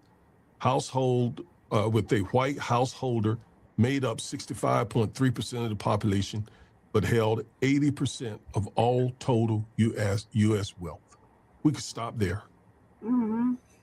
That undermines the whole argument that white men are suffering, that white men are being treated unjustly. So whatever they're talking about is they make up about 60-something% of the United States population, but control. That's why I felt like we had to listen to reparations. Says hell the fuck nah. Hell the fuck nah. So that shit was fucking foul and stupid. All right, one more, okay? One more, family, because then I gotta wake up my boo thing. Make sure. Hold on a second.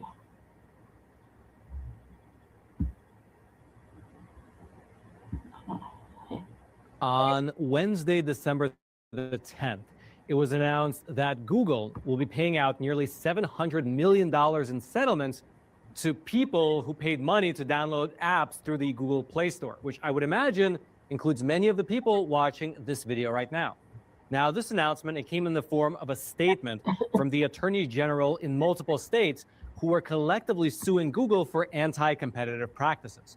Google decided to settle this lawsuit, and in so doing, among several other concessions, they'll be paying out $700 million, the bulk of which is going to the actual users. And so let's go through the details of the case, what Google was accused of doing, how the settlement money will be dispersed, and also how you can know whether you qualify or not. And as always, before we jump into it, if you appreciate content like this and you hope more people will become aware that Google owes them money, well, I hope you smash those like and subscribe buttons so that this video can reach ever more people via the algorithm, which is ironically YouTube's algorithm owned by Google. So thank you for that. Now, the case in question stems back to the year 2020. That was when a company called Epic Games, the maker of Fortnite, they filed a lawsuit against Google, arguing that Google was unfairly controlling how apps were being distributed as well as paid for on Android phones. The crux of their argument was threefold. Firstly, Epic Games argued that Google was forcing app makers to use the Google Play Store. Even though technically Android is supposed to be an open operating system, the lawsuit argued that Google was using things like contracts, warnings, as well as general technical barriers to steer people back to the Google Play Store. Basically, the first argument in the case was that Google made it very hard for Android users to get apps anywhere other than the Google Play Store. Right. Then secondly, Google was forcing the apps on the Play Store to use Google's own payment system. And so, for instance, if an app offered in-game purchases, like for instance, the skins that are sold in the Fortnite game, Google required that the app use Google's own in-app payment system, which of course sounds convenient until you learn that the price of that convenience was that Google took a fat cut of the revenue. Oftentimes, it was like 30% of the money. Mm-hmm. Epic Games, in their Fortnite game, they wanted to use their own payment system to avoid that fee, but they weren't allowed. Right. Then lastly, the third point in the case was related to anti-competitive practices. The lawyers for Epic Games, they were able to show the court evidence that Google was paying phone makers, cell phone carriers, and even other companies to not support either rival app stores or alternative payment methods. That argument, the third argument, was that these deals basically stop any new competitors from being able to get any traction at all, creating, in essence, a monopoly type of situation. And so given these three arguments, what Epic Games did was that they intentionally broke Google's rules by adding their own payment system to Fortnite, specifically to the Fortnite app on Android. As expected, Google kicked Fortnite off the Play Store, and Epic Games immediately filed a lawsuit claiming that Google's rules themselves were illegal. Now, the case bounced around the court system for a while until 3 years later in 2023, a jury sided with Epic. The jury found that, for one, Google illegally maintained monopoly power. Secondly, that Google's Play Store and payment rules unfairly harmed their competitors. And that thirdly, Epic Games was indeed harmed by these practices. Now, Google appealed that decision, but just earlier this year, in July of 2025, the U.S. Court of Appeals for the Ninth Circuit upheld the jury verdict, meaning Google lost the appeal. And so all of that was the backstory for the settlement I mentioned at the top of the episode. The settlement, which you can see up on your screen right there, is fairly long. It's roughly 70 pages long, and included among the provisions is an agreement by Google to pay people who were harmed. Quote, Google has agreed to pay out a $700 million settlement to people who pay to download apps through the Google Play Store. The settlement, filed in the U.S. District Court for the Northern District of California, San Francisco Division in December of 2023, would direct most of the money to consumers who purchased apps via the Google Play Store and suffered harm from Google's alleged anti-competitive practices. Right. And by the way, the reason it says alleged practices You is can't because get even anything with from this Google settlement, Play Store Google now without continues to the deny any wrongdoing. All right, just to pause here for a super quick moment, I'd like to introduce today's sponsor, the one, the only, Patriot Mobile. Look, the freedom that we enjoy has never been free. And lately, with ever-growing political violence, we're just being reminded again and again of how high the cost can be. And unfortunately, many of the companies that we're kind of forced to do business with spend their profits to support groups and ideologies that leads to some pretty bad stuff, to put it lightly. But that's why Patriot Mobile exists. They are America's only Christian conservative wireless provider. And for the past 12 years, they've been defending faith, family, and freedom, while at the same time providing the same or even better premium network access on all three of the major U.S. networks. Is earmarked to be given out to the consumers who were actually affected. For a free month of service. Again, affected. And as such, you had the Attorney General of all 50 states take legal action, which culminated in the creation of this website right here. It's called Google Play State AG Antitrust Litigation.com. It'll, of course, also be linked down in the description box below. It is the official compensation website, and it claims that anyone who made payments through either the Google Play Store and or through Google Billing between August 16th of 2016 and September 30th of 2023 is eligible for compensation. Now, the amount of money that you actually stand to get is tied directly to how much money you spent on the Google Play Store during that period of time. And so it's not possible for me to give you an exact dollar amount of how much you'll be owed. Everyone will be different. If you spent more, if you downloaded more apps, if you bought more in-app purchases in your games, you stand to get a lot larger of a payout.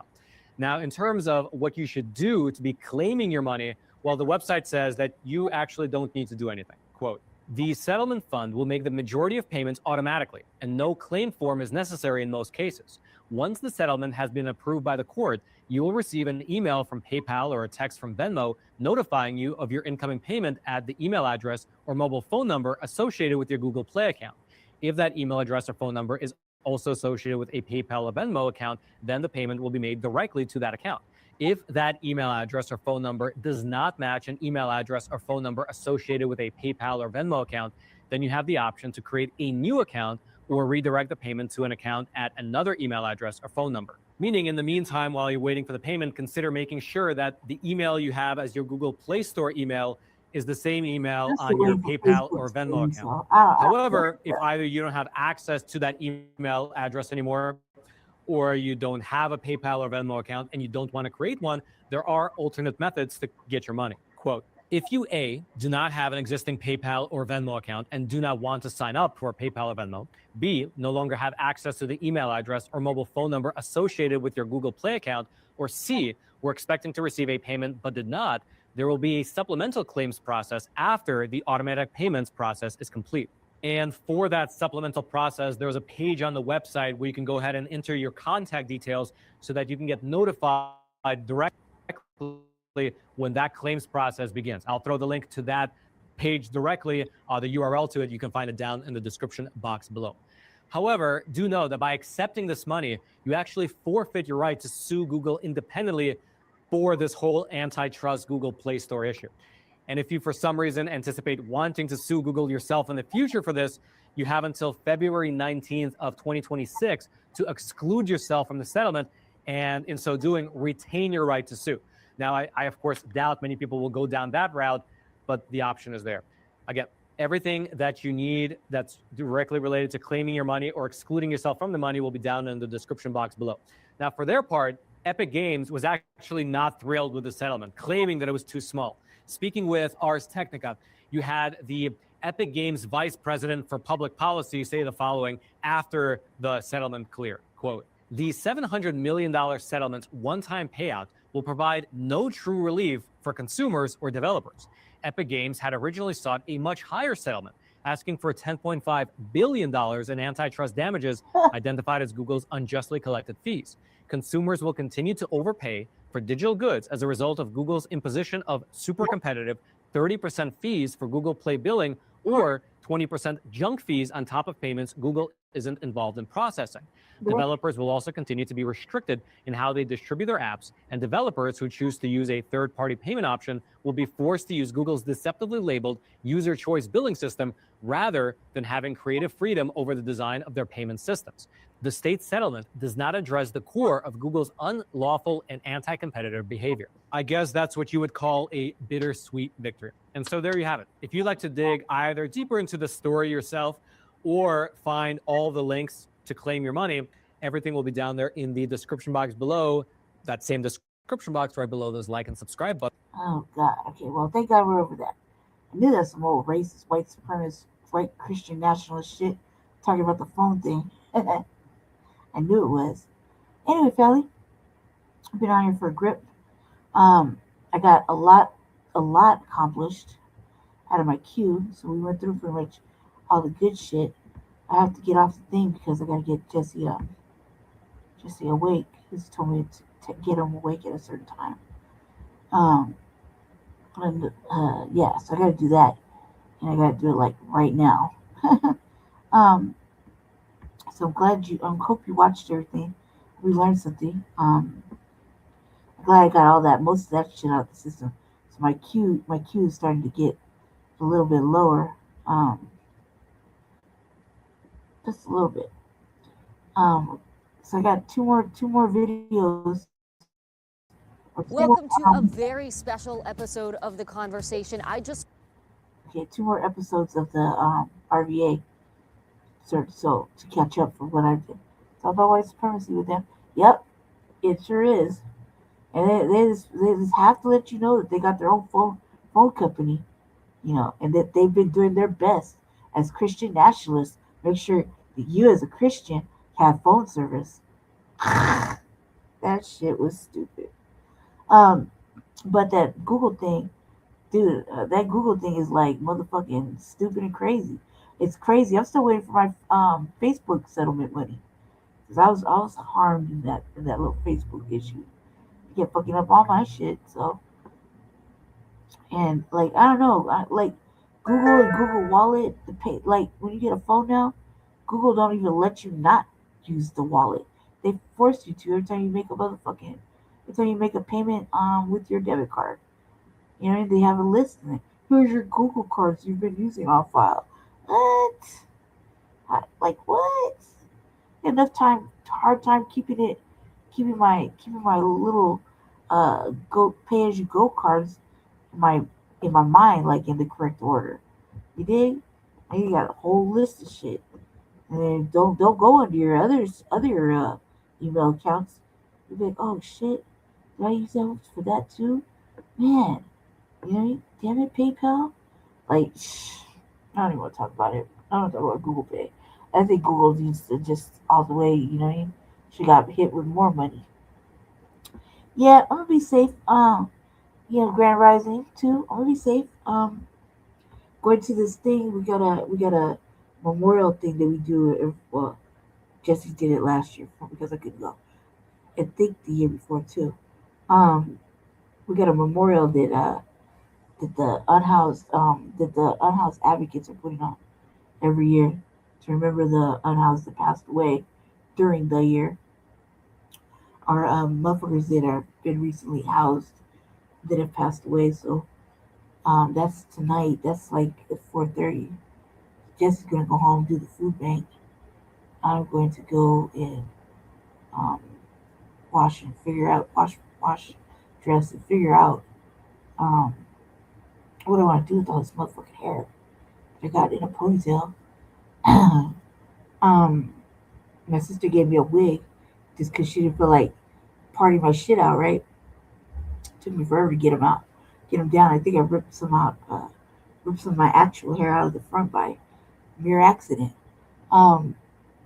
But she gave me a wig, right? And I can't put that shit on.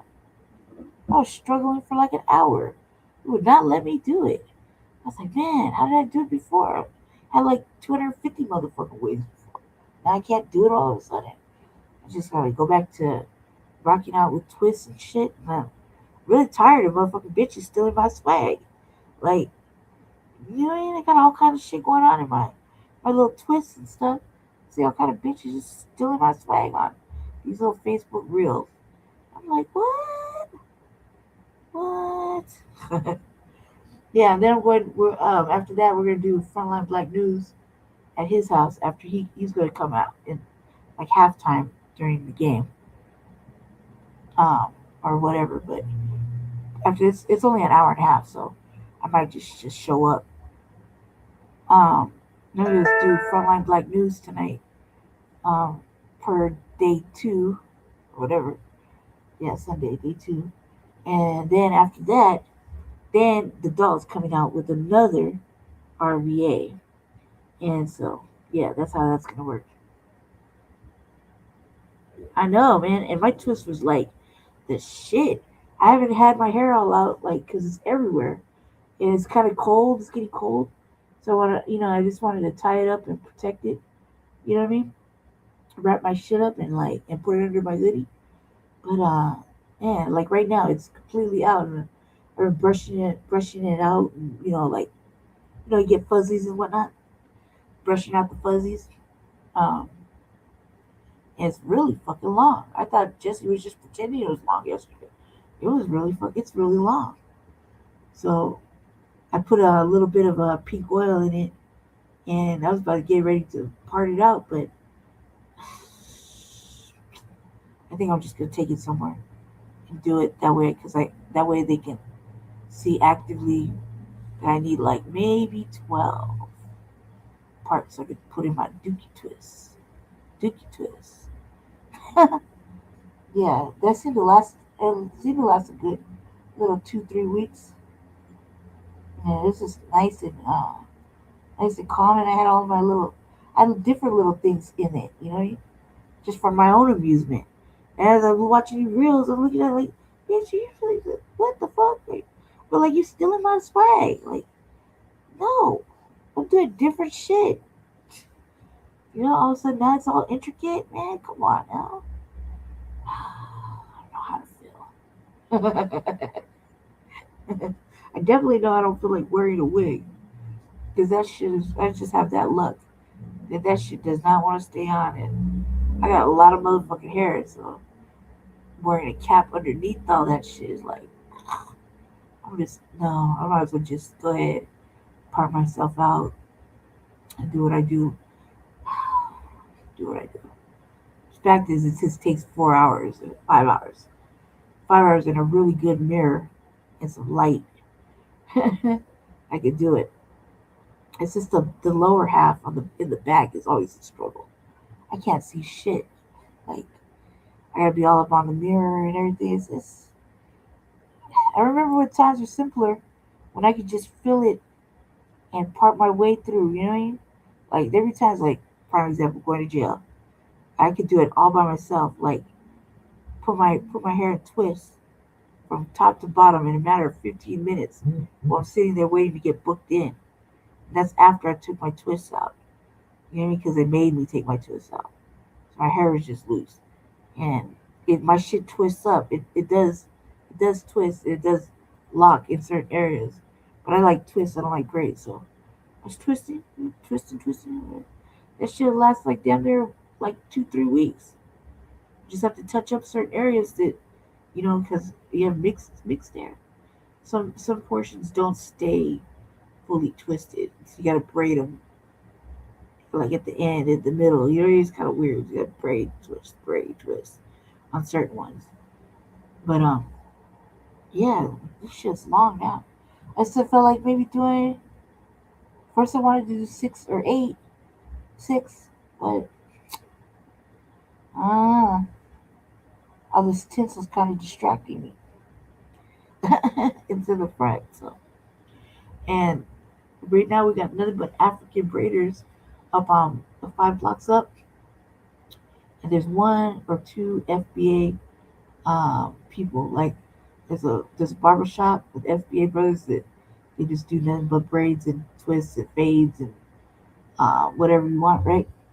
Man layups and shit. And I don't think there's a way for me to get in there. Then these motherfucking Latinos, cuz Latinos are taking over the motherfucking braiding situation. They're like all over the place. Little barbershops talking about we do braids, twists, extensions, sew-ins, weaves. I was like, what? And that's all their people in there. Like a whole bunch of their people in there. I'm like, what? So what happened to just cutting the motherfucker's hair and getting the fuck up out of there? Now they gotta be all this other shit. I really just don't want to deal with it. I just want to be swinging my shit. Exactly. Exactly. That's how I've been acting. Like, what? Like too much. It's too much. And I don't feel like getting into an argument with the African braiding sister because they want to be. Some of them are very rude up on the facts, and there's not too many. There's more Hispanic Hispanic salons to do braiding shit, and they're in the same line with the African salons. And so to actually get down the facts and go look for something, I just don't have that good ass luck. And then they got mobile braiders that come, and I just don't feel like that either. So I'll be like, man, what's up? My sister, she was busy. She just couldn't do it. So I was like, all right, well, you know what, man, fuck this shit. I've been doing it pretty good. I've been getting pretty good. You know what I mean? I just gotta sit down and do Jesse's later. I've been getting pretty fucking good and quick. And quick. It's just, keeping the parts clean. But you have to be able to see that. So I can't see really well. I remember a time where I used to be able to feel it, part it, twist it all the way to the bottom, and just go in like that because I knew I was gonna be there for a minute. And they only give you like a little tiny fucking comb. I got too much going on, so you dig? Yeah. I'm trying to be cute. We're just trying to get it done. You dig? So, yeah. I know, man. It's so ridiculous. Shut up, Mac. You understand I have to live in this fucking shadow. But just wait a minute, Mac. Just wait a minute. Because some shit's about to change in my direction. And I'm going to go back to being fucking fly like I was way before all this other stuff happened. And then, I don't know. I might outdress him. Because I pretty much can outdress Jesse. A whole fucking 15, 20 years of being fly. So I used to tell him I wasn't always going to be sick. I was always going to be poor. I was always going to be like this. You getting good at the bottom. Maybe some loyalty. We might see. But I was like, this didn't have the resources. However, things might take a turn in the right direction for the doll. Let's wait and see. We're going to know here shortly, in the next week or two. You're going to see some different shit. Actually wear dresses, not pants. They have to wear actual shit. I know, man. I know. Stop instigating, cuz how it makes me feel? It makes me feel like he's doing it intentionally. Like he's trying to replace me. Because I'm sick or whatever. Swollen half the time, whatever. You know what I mean? So don't instigate, cuz I can't, I don't know. I don't know if I'll let it go like that. You dig? Yeah, no, he's always on the camera, cuz. He's always on cameras. That's why when I do the RVA, sometimes I'm like, hey, Jesse, it'll be completely Jesse's not there. It's just fucking me, you know? Why not? He's feeling himself. It's right before his birthday. You know what I mean? Can't tell him he's truly ugly. I gotta let him work that out. No, I know. I understand. He's feeling himself, dude. Like he's younger than me. I'm definitely feeling myself lately. You know what I mean? I've definitely been feeling fly and shit a lot lately. It's been kind of ridiculous. Motherfuckers been trying to talk to me, sit in my lap, and all kind of crazy shit. And I was just like, woohoo, no. Men scare me. Real shit. Been together for too long, and I'm like starting to feel like, yeah, men, that's kind of scary shit. No, you're just saying that to make me feel better. I agree, but he's like, that's Mr. Cloud Chase Showboater. Like that. He's gotta be everywhere. Shit's really coming, putting a damper on it, but hey, two can play the same game, I suppose. I don't want to though.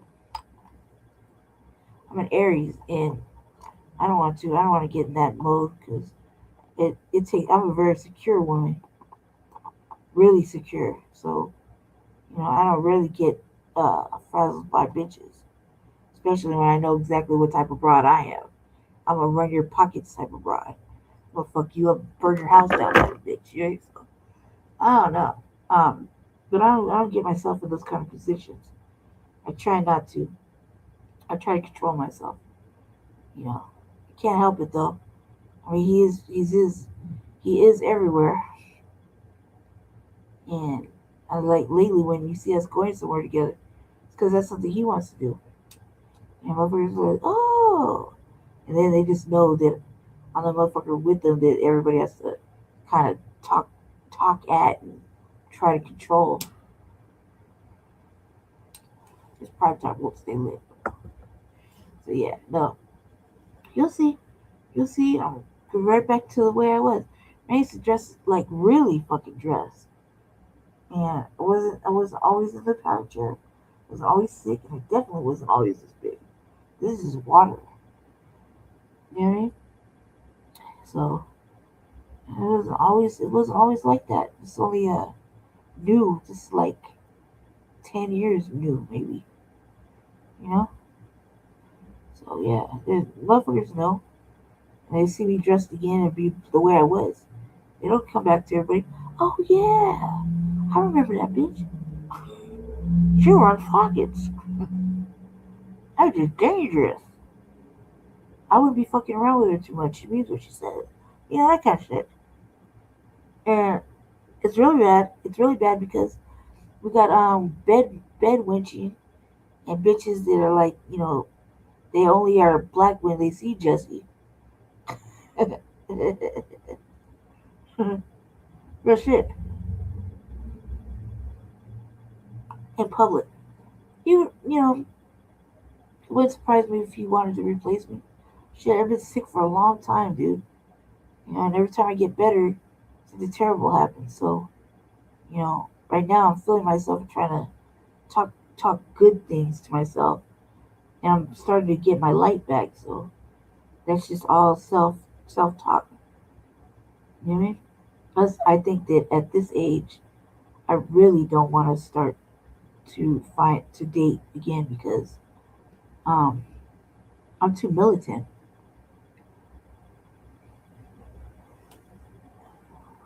You don't know that. I used to say if you could woo him, you could have him. But he I'm like, goddamn. We live separately, so we never know, right? But I don't want to think like that. I have to not think like that. You know what I mean? So I don't think like that. And I try to just let him be him, you know what I mean? I don't look through his phone, I don't talk to shit. I don't like, I make slick ass comment, but that's only because I'm trying to get a reaction or something like that because I need some attention. But aside from that, I'm very motherfucking secure. And I don't think there's any bitch out there that's better than me. I don't care how I look. It's how I carry myself or the way I move. You dig? So, yeah, no, I don't think I don't want to say I don't think, I just want to get my hopes up. I pray that I've been doing what I have to do, that they don't have to do that. So, like I said, in my mind and the way I maneuver, and motherfuckers feel it when I walk in the room, that I'm the baddest bitch out there. Doesn't matter how I look or how sick I am. I'll still fuck you up. I'll still tell you what it is, I'll still do the right thing, and always give fair warning, shit. And I keep my hands to myself. I don't disrespect him.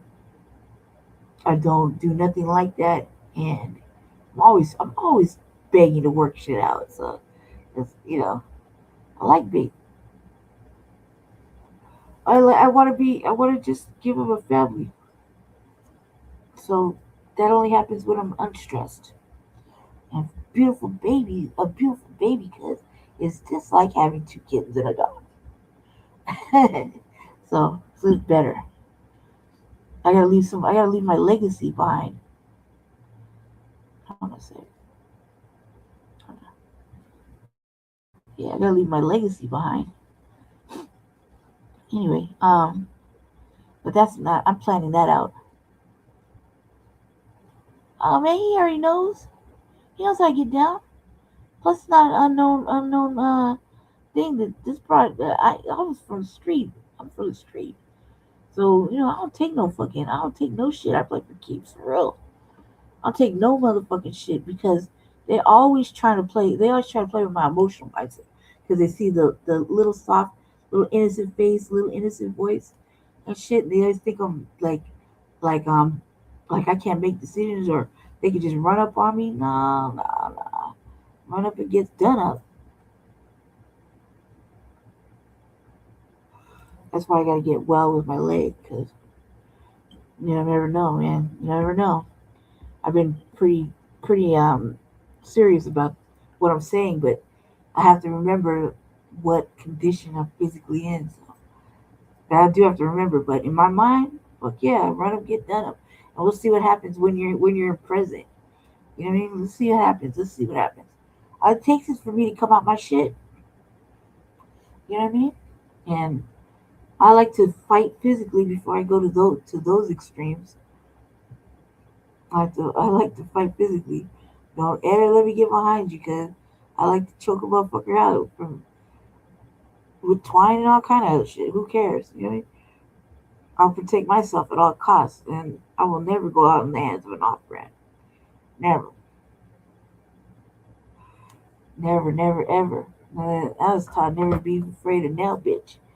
And definitely don't pick fights that I can't handle with men. So I definitely don't do that. Yeah, no. If anything, I'll protect him and defend him like I always have. I gotta go wake him up. You hear him snoring? I gotta go. No, I have to carry it because, motherfucker, I'm out there in the middle of the night doing God's work, and people do try to do stupid shit, but I barely have to touch it. My essence alone should be enough to say when motherfuckers pass me by or see me that I don't play, and there's you know what I mean. Motherfuckers will be upset to see something terrible like that. You know what I mean? Happen to me. So in my energy, I exude the energy I want you to feel. So if I want you to feel I'm a threat to you, you should feel that. You feel worried and like I don't play. I want you to feel that. I want you to feel happy if I make you feel happy. You know what I mean? That's the power of the seduction dog. I want you to feel whatever. You know what I mean? We go to certain places. I want them to see that we didn't come to play around.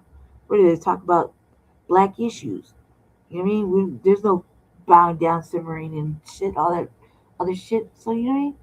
No co-playing and extras. We need to be serious, and that's just my pedigree, my sign. I guess that's the pedigree of the sign. You know what I mean? And he's doing a better job of getting me on a structure than I could have done by myself.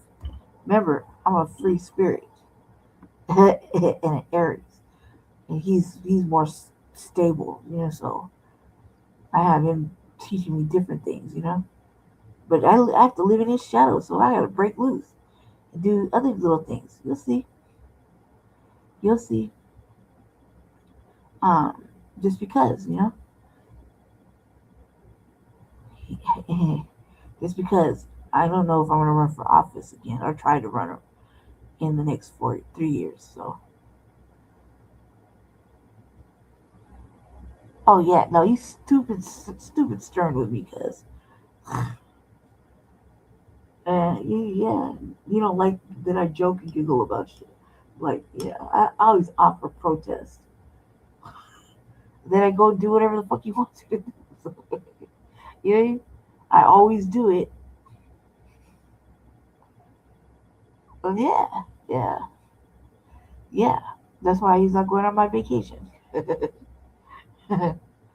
hmm Well, hey, we try to keep everything on topic this time, so it went well. You know, but we could always talk to Chewbacca for hours and hours and hours. So yeah. Anyway, family, I gotta go. Or I get in trouble. I'm gonna get in trouble. I was supposed to wake him up 20 minutes ago. All right. Peace, everybody. Stay black, stay dangerous. Hope you learned something. I'll see you all later on after Frontline Black News, but I'll see you during Frontline Black News and some other shit that we got going on that I gotta film. And you'll see him for the food bank. Okay? Stay tight and stay black. Have fun. Don't do anything I wouldn't do. All right. Peace.